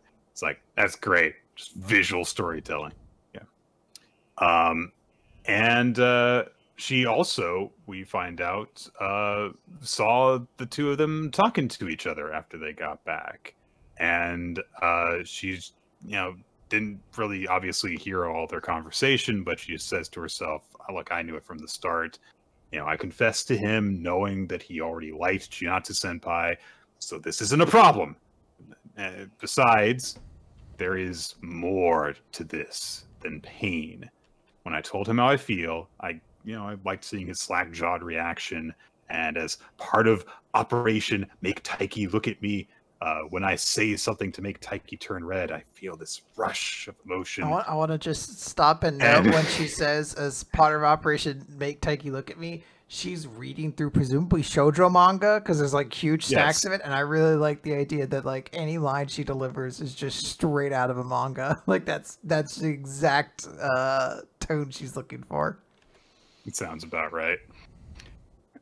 I like that what she says immediately afterwards was just like, oh, I feel this rush when he gets embarrassed, and these mini Hinas in my head do a little dance. And she also like flat admits, like, when we were working on Snow White, I would fantasize about Taiki playing the role of the prince, and that actually happened, and I was so nervous, but I'll never forget the side of him as the prince. And he probably doesn't know this, but at the time when I teased him about kissing me, I really wished that he'd done it. Which, you're probably right, Hina. He probably doesn't realize that because he's stupid. Everyone else knows that you were actually thinking that, but he is stupid, so... But she also says, like, look, I'm glad that it worked out the way it did, because I really wouldn't have wanted us to have my first kiss be in some staged show. And then there was also the way that everyone was talking about it, and Taiki was kind of standing up for me, but, I mean, it's not like I hated all the gossip. and I kind of held on to the hope that maybe he would go out with me for real. And I do wonder what it'd be like if we did go on a date. I'd love if we could walk home together, even though I know that we'd be busy, both of us, with practice, but maybe we could like go to karaoke together and we could take pictures together and hold hands. And hold hands is what breaks her. She thinks hold hands, and she's like, I turn away. God damn it. But you know, yeah, she's kind of walking off by herself. She's like punching a tree because she's so embarrassed by the thought of them holding hands. But then she starts thinking about the way that Taiki and Chinatsu are looking at each other, and then she realizes, oh, this must be what people mean by a roller coaster of emotions. Which is like, I guess, yeah, it is one of the things that can be described that way, but it's not just that, but yeah. And she also admits to herself that sometimes she thinks about it the way that Ayame does, just like, it would be nice if he would just go out with me, even if it were just for fun. But I do like that he's got that sense of integrity, and that he wouldn't just flippantly go on a date, and he wouldn't behave that way because he knows that it would hurt me and I'm his friend. So that's nice. She comes across Taiki, or I think just straight up approaches him while he's kind of attending a grill. And they start, engaging in conversation about stuff. And he observes that she's got a leaf in her hair, which 100% she got because she was punching a tree. Yeah, 100%. So she's got it like tucked up over her ear, and she starts feeling around for it, and she can't get it. So he's, no, just higher. No, it's back more. No. And he says, okay, sorry, I'm going to touch your hair. And he reaches to grab it. And as he is, putting his hand in a place that can very easily be construed as a romantic gesture, of course. But he's just very respectfully like, let me just get the leaf out of your hair. Oh, I'm bad at this. It's taking him a while. And Hina starts to open her mouth, and then she just kind of thinks, I like you. But if I said that right now, then I know that it just kind of like just stress him out. Yeah. Oh, but if you miss every shot you don't take, and I want to make the most of this relationship. Look at me. I want you to be more than a good friend. Maybe tomorrow, maybe next week, maybe next month. I'll wait as long as it takes. So for now, and then she just starts kind of teasing him the way that they normally do. She's like, oh, you've got a leaf in your hair kind of thing. And she's just going to stick a leaf in his hair and stuff. And they start playing around. And Ayame is watching this. For some reason, she's walking with Kyo. I don't know why. Because we're going to start teasing them as a relationship now. I feel like that's where the series is going to go. I feel like that's... Are we? Based on the end of this chapter, I was like, this is some shipping right here. I am in pain. Nick, you should be used to this. The nerdy glasses kid getting with the girl you kind of, you're like, I've just grown to be like fond of this character. So, she's watching this and she's like, oh, look at them. Oh, I love it when couples are like friends. And Kyo just got no patience for any of this. He's so cold. He's fucking ruthless. Just like looks inside of her soul and starts stabbing her weaknesses. He says, you seem to be like the type who toys around with your partners, Moria. And I was like, what? No. I mean, even if I did, look, I go out with people who'd be okay with me doing that. And she also says, when it comes to love, the person who's being doted on is the happiest. And Kyo looks at her, and he's like, I can't believe you just said that, and says, then how does the other person find happiness? Even if you go out with someone, the relationship doesn't last that long, right? So what do you know? And then walks away. He's done with it. Just destroys her and doesn't look at the explosion. and now he's like, what the fuck? You don't know anything. You don't have a girlfriend. Fuck off! You don't know me. Yeah, I mean, yeah, she is right. She's like, fuck you. I have to admit, so as we have established with previous comments, I'm not really looking forward to if these two are going to get put together. However, this is probably easily the most entertaining that Kyo has been. Just getting Ayame riled up. So I'll take that, I guess. Just cutting a roll. I love this chapter. I love this chapter so much. It's a very intimate chapter. Like it's all about Hina's inner thoughts of this relationship and how she's working through it. And there's just so many details in it. Like details that help you like her more, details that help you understand why she likes Taiki more. Like Taiki is kind of one of those protagonists. You're like, he falls a little bit into self-insert a bit. Like there's not really that much you understand why people like him, but you're like, I can slowly start to see why these because the girls have very detailed personalities, so it's like they're helping to flesh out Taiki a little bit more, and I really enjoyed that. I was so enamored with the way this like chapter flowed. I really, by the end of it, I was like, that's a fantastic like little look into her and how everything's going. And I know it is not going to win out in the end, but this is like another moment where I was like, I hope Hina wins. I hope it works out. It's just a lot of very, very, very cute details that I really appreciate. Yeah, that very in-depth look into Hina's feelings for someone that she's already really good friends with and just really, really wants him to love her romantically back. And is so in love with that idea that she is saying to herself, I will wait forever. When you know, like, that's not going to be the way it's going to be, kid. Yeah. Like, either he comes around soon as far as your lifetimes are concerned, or you're going to get over it. You're like, if you keep on holding on to it, then that's not healthy. And then it might seem romantic now, but it's not going to for too much longer. You're a kid, and you got your whole life and a whole lot of happiness ahead of you. But that's so relatable as well. Having been that age before, thinking like, oh yeah, this is the way it's going to be forever. Yeah. Absolutely. That's young love. It's that moment of just her thinking, look at me. Like, it was like a moment I was like, you could begging for it to happen. You could see like that pain. It's excellent. Really, really good chapter. All right. Well, for some more, let's get back to punching stuff. So, Ginka Glüna, Chapter 8. Hyugen and Munin. This series is trolling me with its names at this point. Hyugen and Munin.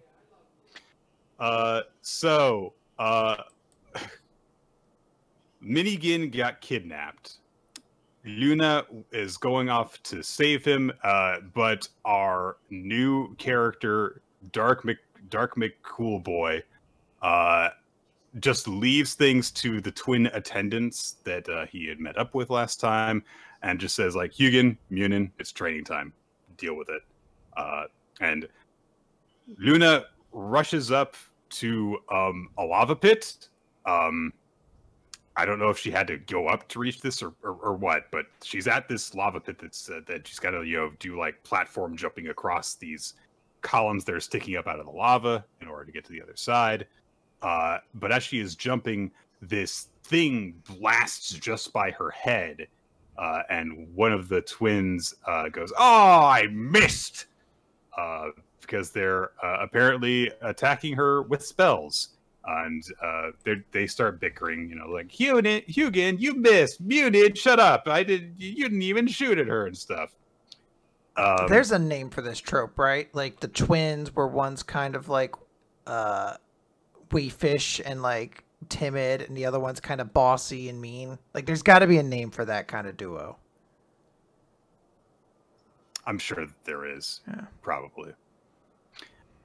The two of them strike a pose together, and they're like, "We're gonna take our master's orders seriously because we take our training seriously."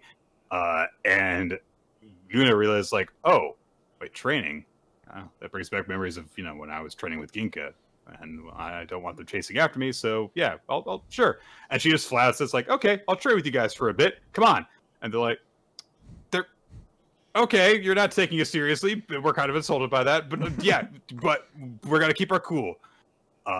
And they go over, all right, well, let's review our lessons. And we get this breakdown of some basic magic terminology as they're kind of reciting it because it's part of their training. And it's like, all right, this is exposition very blatantly, but I do think this is kind of cute in the way that it's being delivered, so I will accept it. And I do like that we also get a bit where Hugin starts to say, according to the classification system of Baroque magic, and no, cool stuff. Just skip to the cool stuff. Triangle. Yeah. Explain the magic triangle. It really is, and it's rather amusing to me. Like, you know, we're getting like 8 chapters in. Like, here's how magic works in a way that, like, I can't tell if it's supposed to be their magic specifically that works this way, or just magic to this point has never followed that rule, but this is, like, the underlying mechanics of everything. The 3 basic forms of magic are sword, arrow, and shield. So, presumably, close-range attack, long-range attack, defensive spell. But you can also, like, combine them together in a bunch of different ways, and then things get more complicated from there. So they start firing arrows at Luna, and she just matrix dodges all of them, weaving her body back and forth without actually, you know, moving from the spot. And then she says, okay, you're done, and just throws rocks at them in response. So they cast a shield to block it, and then they say, okay, and now we combine multiple incantations, like sword and arrow. And they both swing their wands with have sword blades extending from them in a way that sends out this cross-slash attack. And then they just launch these cross-slash waves at Luna as she skips from stone to stone, coming towards them. And then now she's just like on one pillar. They've destroyed all the rest. And they say, all right, you can't dodge forever. We got you now. And Luna swings her leg way up behind her head and kicks the pillar that she's on and destroys it and kicks the stones forward. And then as the stones are flying through the air, she runs across them through the air to reach them, which is insanely cartoonish and fun.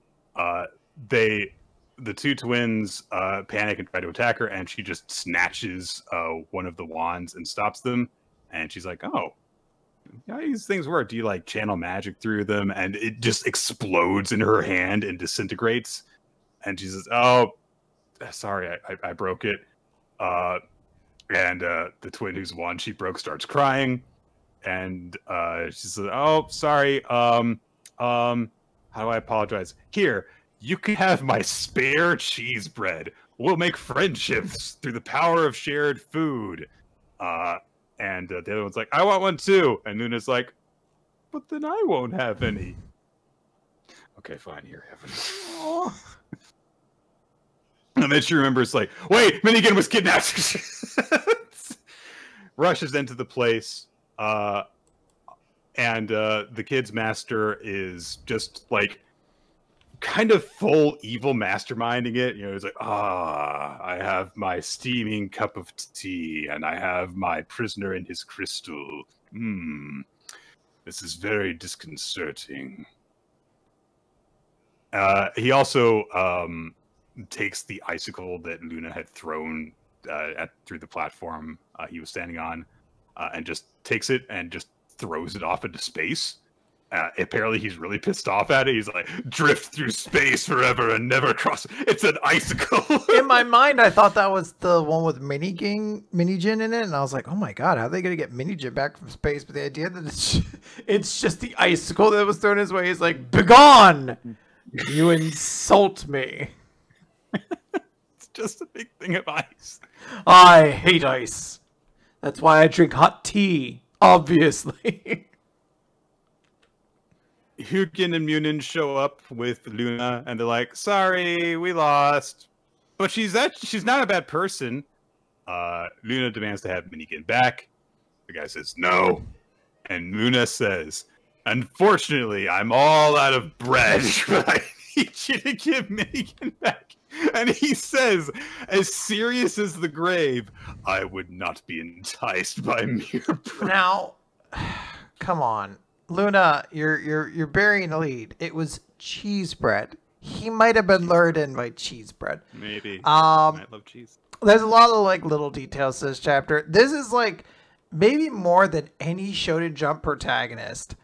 Luna has so captured Goku energy in this. Absolutely. Where it's like the moment where she just leaps off and like lands right in front of him is like, ooh, what is this doing? It just explodes. I was like, fuck, man, that is like a prime moment.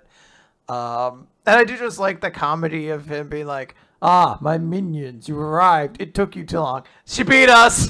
They like just dropped that. But she's not a bad person. I just found that like beat very funny to me.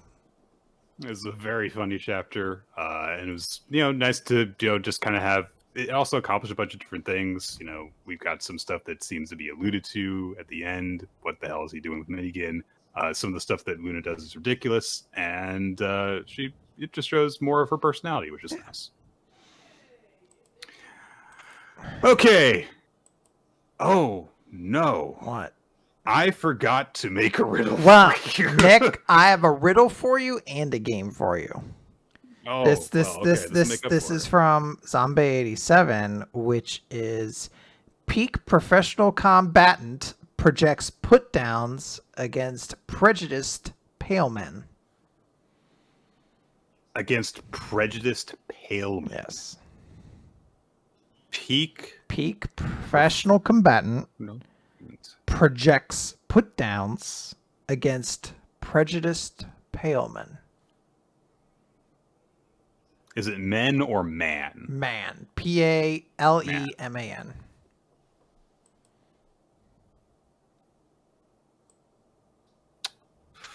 Ooh. I have no clue whatsoever. All right. Well, I think Zembe may have stumped you here. Give a guess. I have.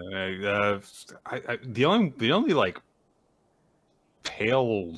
Like, the only thing that comes to mind when I think of a pale wrestler is Sheamus, and I'm like, was he ever racist?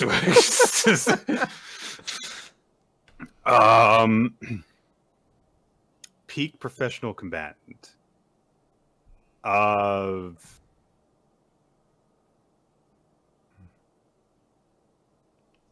John Cena. I don't know. Ultimate Warrior. Okay. Zambe's in the chat. Zambe can give you the explanation for all of it. Please explain. Explain. Okay, so peak professional combatant. So peak. I get that. Peak is ultimate. Yes, I understand that. Combatant is warrior. I got that. That's fine. Okay. Yeah. Projects. I'm assuming the prejudiced pale man's Hulk Hogan, maybe. He's not pale. Yeah, that's that true. man's a hot dog. Yeah, that is true. I would never.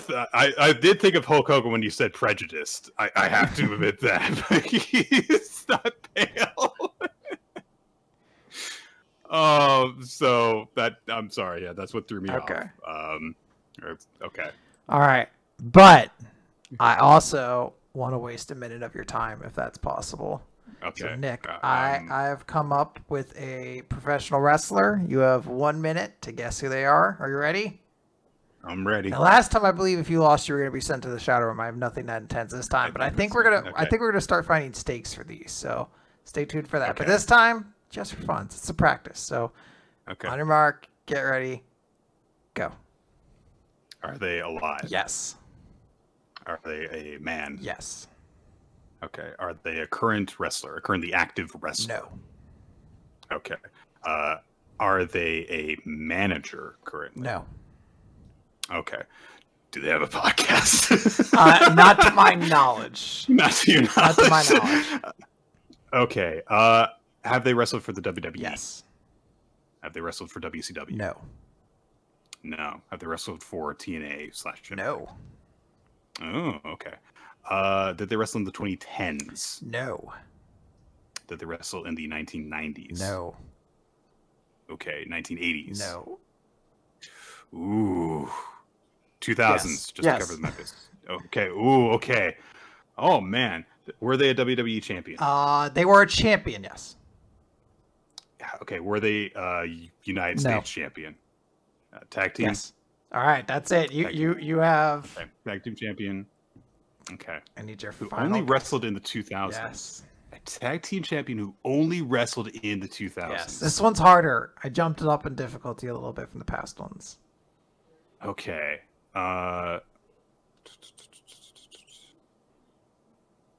Tag team champion who only wrestled in the 2000s. Oh, there's so many forgettable tag team champions from there. Should have narrowed it down more. I'm gonna say Eugene. Eugene is a good guess. It is not correct. I was thinking of John Heidenreich. Heidenreich. I had to stop because I was like, I don't think he has a podcast, but it would not stun me if John Heidenreich had a podcast. I'm sorry, that was kind of a joke on my part, just to be like, okay, so they're not currently involved in wrestling. So do they have a podcast? He retired in 2018, so he is not active in anything to my knowledge. Gotcha. Heidenreich, I don't know if I would have gotten that even if I'd had it. There were several questions. Because I was like, oh, let me think of like somebody from back then. And I was like, oh, Heidenreich. And then I was like, fuck, Heidenreich's hard. He was never a champion except for a tag team champion with a fucking Road Warrior animal. Yeah. And his introductory feud was like with the Undertaker. It was so weird. I was like, okay. I guess I could give him a hint. Like, Michael Cole hates this guy because there was a weird moment where Michael Cole may have been violated in a bathroom by him. I don't know. Maybe. It's very unclear and uncomfortable.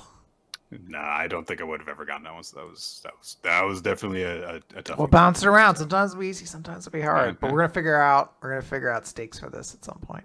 Yeah. I should also like actually get like make like a question map for myself or something. We're gonna keep doing this.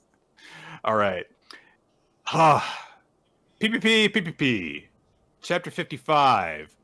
Hang on. Beginning of the end. I had to tilt my head to read it. So the genius Lucky has a spotlight shining down on them, but in this vision, he says, I won't reveal myself yet. It's no use coming after me.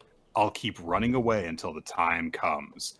And he twirls off on planets. A planet, and he has his own planetary rings as well. Also, all of his word bubbles and the color pages that open this chapter are like smeared with pastel colors and stuff. It must have been a nightmare to translate and text all of them again. So Lucky in the present is doing To Be Together Again for the final performance of the contest for the team battle. We get a bunch of visuals that people in the audience experience of like riding on a train. And several of them kind of flash through a bunch of different memories that they have had of like, going out to eat with friends, going out traveling and seeing the pyramids, riding on a roller coaster, or like having dinner with someone.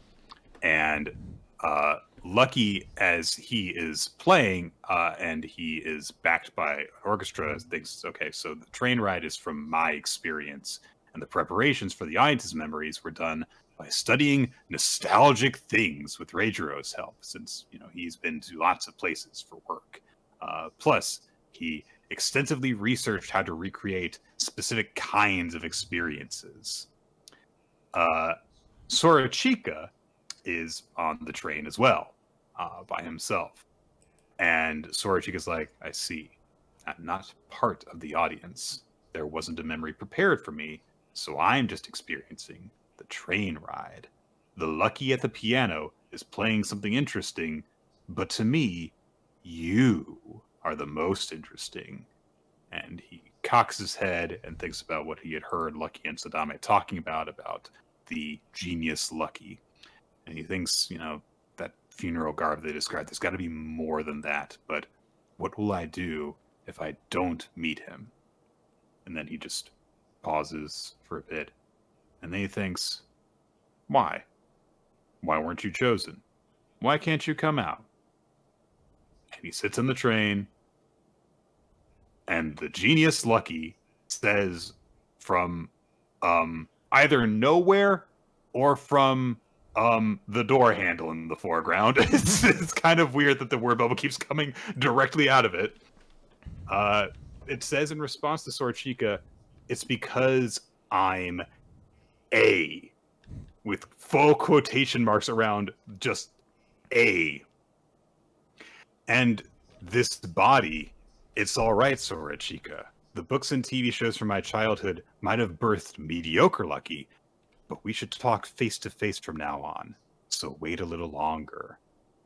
And then the visual of the train ride ends for Sora-Chika, and he's just standing by himself in a section of the bleachers, staring off into space. For Fanta, however, he experiences being on a train ride home with their mom. And it's like really creepy because he's got the nostalgic memory playing of his mom, like, you know, ruffling his hair when he was a kid. But it's just, you know, grown Fanta looking up at her with this like almost sinister smile, like, oh, I see what this asshole's doing.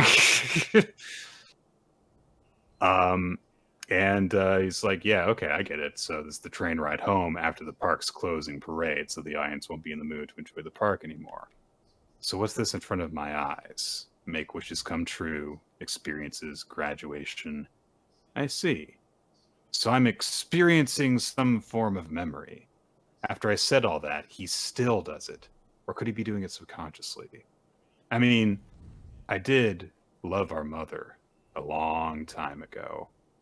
And we get this much happier memory of, you know, little kid Fanta hanging out with their mom, learning, you know, like music while she says, like, oh, yeah, that means I love you. Well, I love you, Mom. Oh, and I love you. It's like, oh, they used to be happy. And Fanta says to himself, I know that people can feel more than one thing. I think you really did love me. But... And... Lucky and the orchestra, big finish for their performance. Lucky kind of steps back from the piano and it's like, I did it, all right. And everyone in the audience, you know, claps and they're like, oh, yay, yeah, we're graduating. This is a big thing. Thanks, yeah, that was nice. And Lucky thinks he's glad that the audience liked it, and he wonders how Fanta reacted. But when he looks off stage, he sees that Mimin has approached Fanta and has her phone out. And then she turns to Lucky and she says, Mama's not doing well. The hospital called. And Fanta gestures and says, you should go to the hospital.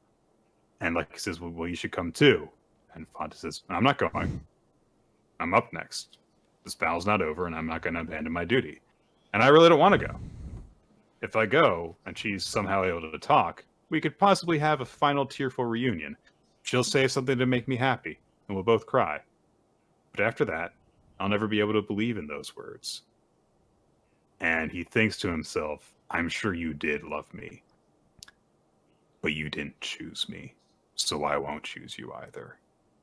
I'm going to stand by my selfishness. It's a brutal... There's some heavy stuff this week. It's a brutal little chapter. I do just like this detail of like this arc being about selfishness and the way it is all being processed in these characters, and just a lot of heavy feelings going on and all about. It's wild. I truly, this is also a chapter where like there's a lot of stuff going on that I just kind of have to nod my head and I'm like, I think I get what's going on here. But what was Genius Lucky spinning off in a trail of planets and not clear? Honestly, I got that. It's the mysterious nobody who's like, that's because I'm and you're like, okay, I think I get what you're going by that. Yeah. But all the stuff involving Fanta rather and their mother, that's just very, very hard stuff that cut right to the core. And yeah, it's heartbreaking, but it's also really compelling. Yes, so. Very much so. All right, Nick, let's jump over to Mashle, Magic and Muscles, Chapter 130, The Visionaries and the Eldest Son. We get a Halloween color page. Halloween! Very nice costumes. Curious that Finn is a nun. It feels like there may be something to unpack there at some point, but we're not here for that today. I guess it's because he's with Brain, who is a priest slash the Pope. He's like a follower, but it's like, I wonder if I should think about that to some extent. It is also a little bit weird because all the others that are on are just like, just vampires, like Hollywood monsters, Hollywood monsters, and then it's like, and a priest and a nun. Oh, that's okay. Fair enough. So we open with Kaldo Gehenna, who is slowly turning the key, but it is not going very fast. They're only about 30%. They're like, holy shit, this is gonna take hours. Please hold on, everybody. I don't think they're gonna hold on that long, because Doom starts by just slashing an X into the ground, and we just see Order and Rain like, why did he do that? So like, all right, we're going to flank him. We're going to try to... Curious. Yeah. Hope that doesn't come to beat the shit out of us later. They're like, all right, we'll catch him from 2 different angles. They're throwing some shit at him. It doesn't work. He's too fast. He's dodging it. He's barely, they're barely surviving. And eventually Order gets slammed.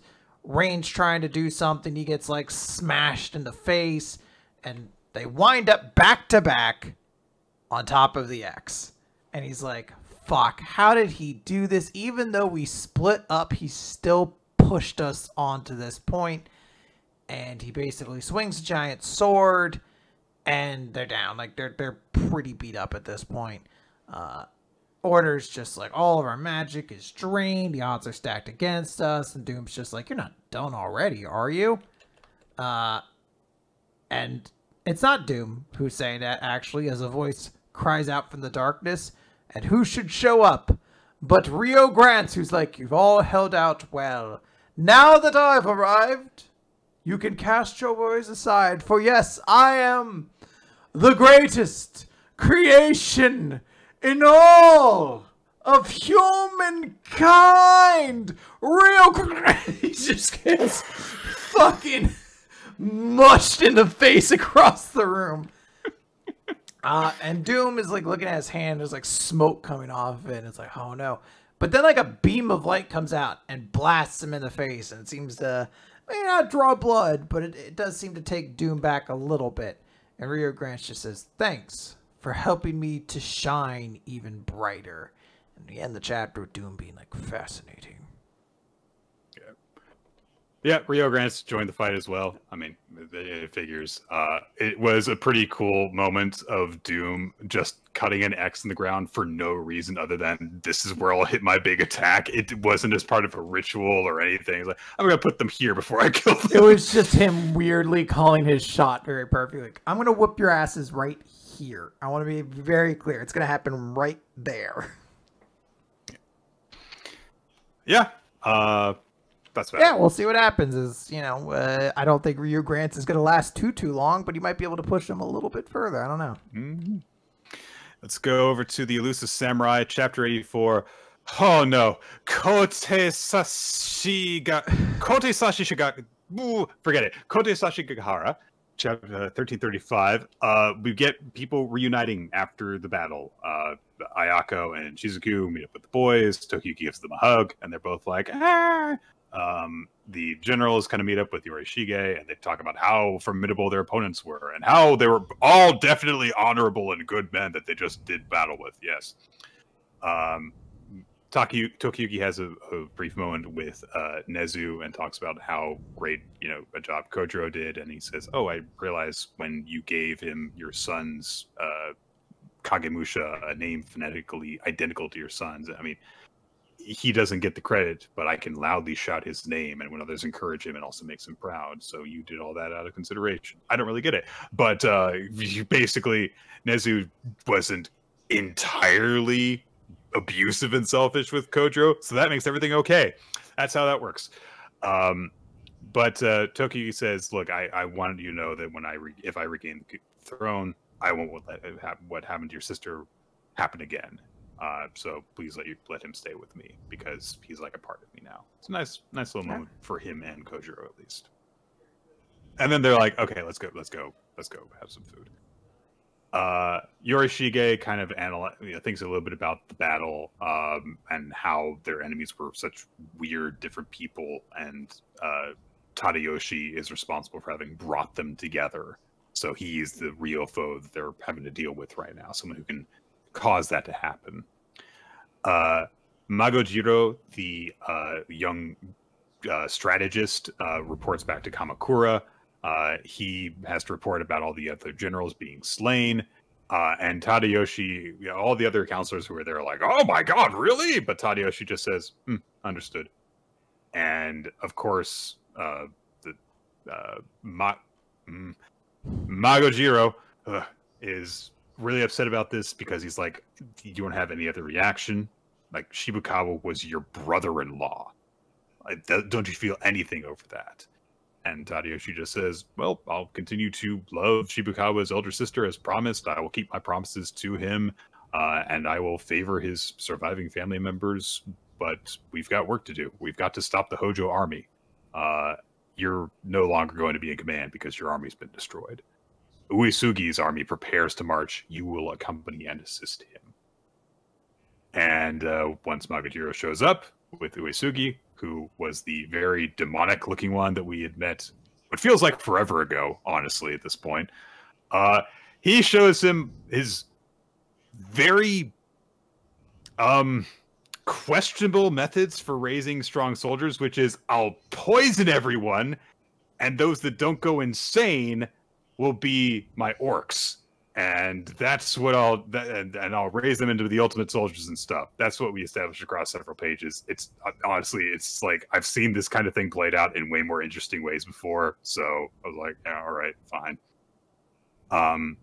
But he also says, in addition to that, that they have lost, several leaders and they need to avenge them. They'll need Imagawa in order to do that. Imagawa being the crazy horse guy. So we get, some mapping stuff of like where the journey is heading and where the battle took place and stuff like that. Some of Yorishige's men are talking about what they went through before.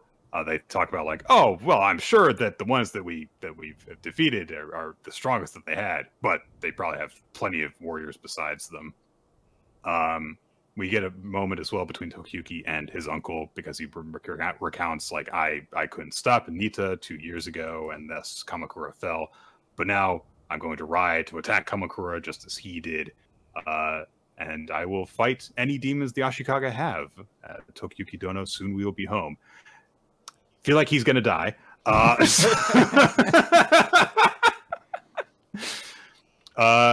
Imagawa gets put on his horse and is tied into his saddle. As we get some narration saying like, oh yeah, apparently he rode with his legs bound to the saddle because supposedly he was ill. And he starts squeezing on the horse's torso with his legs so hard that it crushes the horse's heart and pumps its blood through its veins really fast, and it goes berserk as he just goes, I love horses, and rides into battle. My guy Gear seconded his horse against its will. So there was some crazy stuff that happened in this chapter and some foreshadowing. Yep. Yeah. Not as cool as last week. I do like that. I love horses line is relatively amusing, but interesting but very weird stuff, generally speaking, and towards the end there. Yep. All right, Nick, let's wrap up this episode of Weekly Manga Recap by talking about Black Clover, page 342, Watch the Night. So we found out last time from Yachika that Yami apparently killed his entire clan, and we don't have to wait to find out what some of the context for that is, as she's basically explaining, like, hey, our clan has been descended from a group of assassins that were known as the Kijin. During the Age of Wars, our ancestors distinguished themselves in many battlefields, and there's an entire long backstory about, dragons and them coming down, and just to kind of pull it together is they were essentially granted this piece of land that they were meant to be the protectors of, but it's not a particularly great piece of land, as Yami's dad is complaining about it. He's like, this is kind of like guarding the boonies. Like, this is our family's job. This sucks. This job's for the dogs. And Yami's just like, yeah, you're the only one who says that stuff, you know? And Ichika, like, runs up because he's just been knocked down. And she's like, brother! And we see Yami's dad get really angry. He's like, what's that face for? You're the spitting image of my wife who had to go and die young on me. You're dead weight who can't fight. And Yami intercepts the strike that he was going to do. He's like, how about you fucking cool off, old man, basically. And he's like, fuck it, we're going fishing. Let's go, Chica. Yeah, they do. They go fishing, basically. And he's just like, oh, hey, look, a demon tiger pufferfish. You don't get a whole lot of those, basically. It's, you know, poison. You can't do that. But the tasty bits are real good.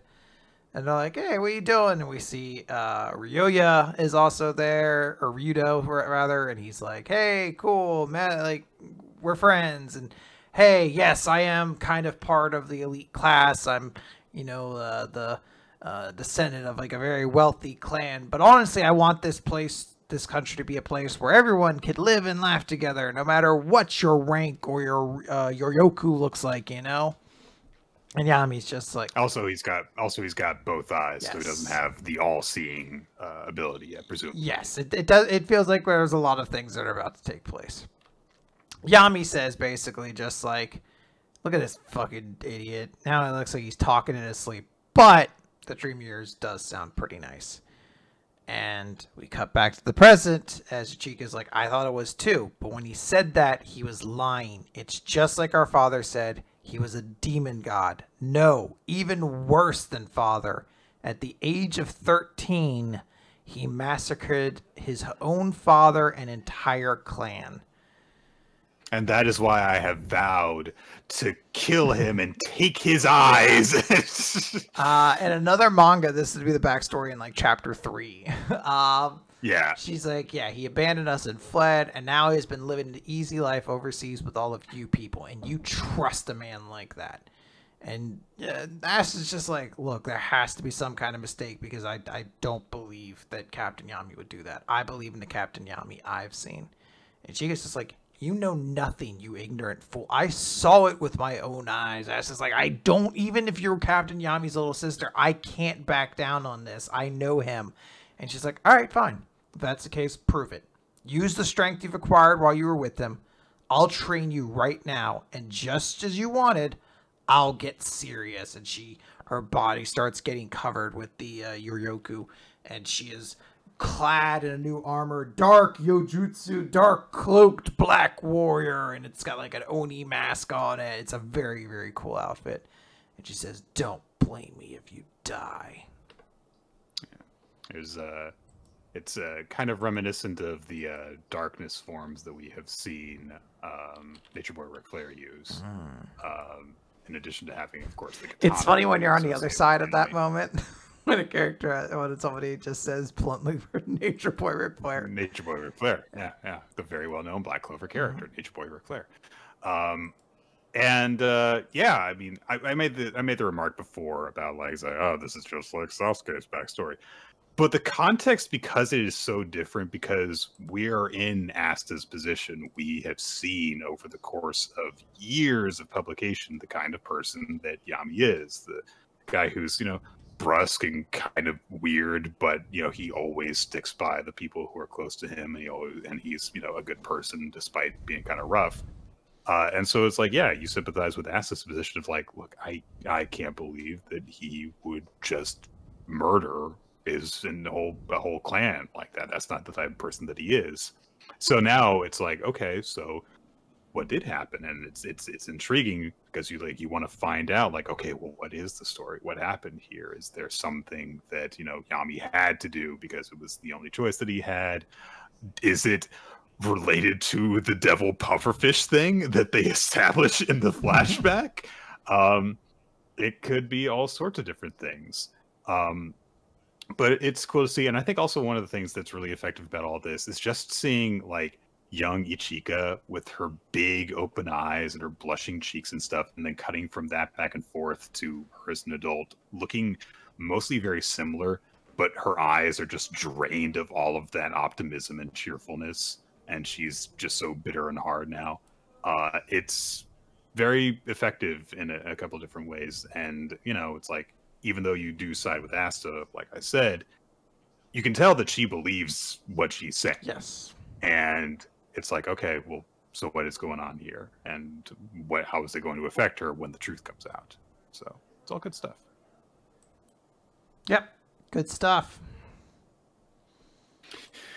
Well, Quinn, we have reached the end of the last chapter of the recap for this week. So I have a question for you. There's no One Piece this week. We should be back with another chapter next week. I have a question for you. What was your favorite series this week? And who was your MVP? My favorite series in The Secret? I really love that chapter of Blue Box. That was like the chapter that, as I read it, I was like, this is gonna be the chapter of the week, I think, undoubtedly. I think that I have to agree with you. I don't think that there was really a bad chapter at all in the stuff that we covered this week. But that was something that really did stick with me as I was reading it. I am almost tempted to give Hina my character of the week as well. But I felt myself inclined to go with Soji initially, because I was like, well, Shoji's just such a nothing character that, like, it meant a lot for him to get this much significant attention. But I think ultimately, when I look at everything here, I'm going to say, I think this was a really cool chapter to, I don't know if you say Kaiju number 10 suit that he exists in now. Like, it was just like a really cool, well-executed version of his character. And I guess that's the one I want to give it to. My instinct is as well to go with Kaiju number 10. But honestly, I think I have to give it to Fanta from PPPPP. Just the, like, brutal, like, oh no, I acknowledge that my mom did love me, but she didn't choose me. So and just holding on to that so bluntly. There were a lot of characters that I could point to and be like, oh, this was a really good chapter for them. You know, you've already been over Shoji, Hina as well. Yeah, Denji just being so stupid. Ichika, like, there were a lot of really cool characters this week. Yeah. But I don't know, something about the way that Fonda was just so straightforward and unforgiving in his assessment of that situation, that leaves the most impact for me. I matched 100% with Yuri Gray. With who? Yuri Gray in the chat. They were excited. Oh, cool. You win nothing. You win my love. Nice. You win Naputuku's love. He loves you as well. Buy something from his restaurant. There's a lot of ties actually this week with the audience poll. Blue Box and Kaiju number 8 tied for series of the week, and then Shoji and Kaiju number 10 tied for character MVP. So ties all around. Oh, and Undead Unluck apparently also won for series of the week. I'm scrolling past now. It looks like there are a lot more votes later on in the list here. So a three-way tie, it looks like, for first place, or for series of the week. Yeah, I think people are definitely going to remember that there was a lot of good manga this week. So yeah, a lot of good stuff to choose from. And that is a nice positive note to end things on this week. Guys, thank you for joining us for the live recording of this show. We do weekly manga recap here at 7:30 roughly Eastern time on twitch.tv/RoloT for the live stream. If you want to know exactly when the show is starting up, you can follow us on social media at NickFTime is me, at RoloT is Quinn, and at WMR Podcast is just the general podcast account. We put out a Barney Gumble GIF whenever the stream goes live. Assuming now, sometimes it's for now, we'll be doing that. Who knows what the wild new world of new Twitter will welcome up for us? Are we willing to pay $8 a month so our stuff could escape the bots, Nick? That's the only reason why this is happening. It's because of bots. Yeah, it's because It's for the public interest. It's so us peasants can be on equal footing with the bourgeoisie. No one paid. That doesn't make any sense. Why would you offer people to buy something? It's just like, it doesn't make any sense. It's so stupid. Oh, he's so stupid. Nick, right. how you can't say this? We have to stop now. He might hear this. You don't know who I'm talking about, and neither does he because he's so stupid. Okay, getting past it. If you want more Weekly Manga Recap stuff, guys, we are on Patreon, patreon.com/Weekly Manga Recap. If you want to support the show and get more bonus content that we like to record for you guys, we are also on YouTube, youtube.com/Weekly Manga Recap. If you want to watch the video versions of the show, that also has some title cards that are done for us by Steve Man, whose work you can find all across the internet, including his Twitter account, twitter.com/SteveManArt. Naputaku would also like you to know that we can be found on weeklymangarecap.podbean.com for the show in audio format, and that also gets cross-posted over to all the podcast hosty kind of places like Spotify and iTunes and that kind of stuff. We would like to thank Milo Jack Stillitz and Winston Cheddar for creating the opening sequence to the video version of Weekly Manga Recap, and we'd also like you guys to know that you can join the Discord server of Weekly Manga Recap. Join our wonderful community that has bi-weekly game nights and discussions of many different ilks, some of which have to be associated with actual manga. Yes, sometimes. Including stuff that we cover for the show. And you can also use that to get a link to the Google Doc maintained by Ninja X3i. You can use that to look at all sorts of history and statistics associated with the show and make recommendations for future manga for us to cover or ask a question for a future Q&A episode. Just all sorts of very helpful information. Yes. Big special thanks again to Kirby for Little Naputaku. He has brightened my life. He is great. Yes. Nick, I love you too. I want that to be clear. I don't want you to think that this guy has overtaken my affection for you. I have room in my heart for both of you. I'm glad to know that, and I love you too, buddy. Thank you. Yeah. Thank you. All right. Warm vibes to close out the episode. Thanks, everyone. Bye, everyone.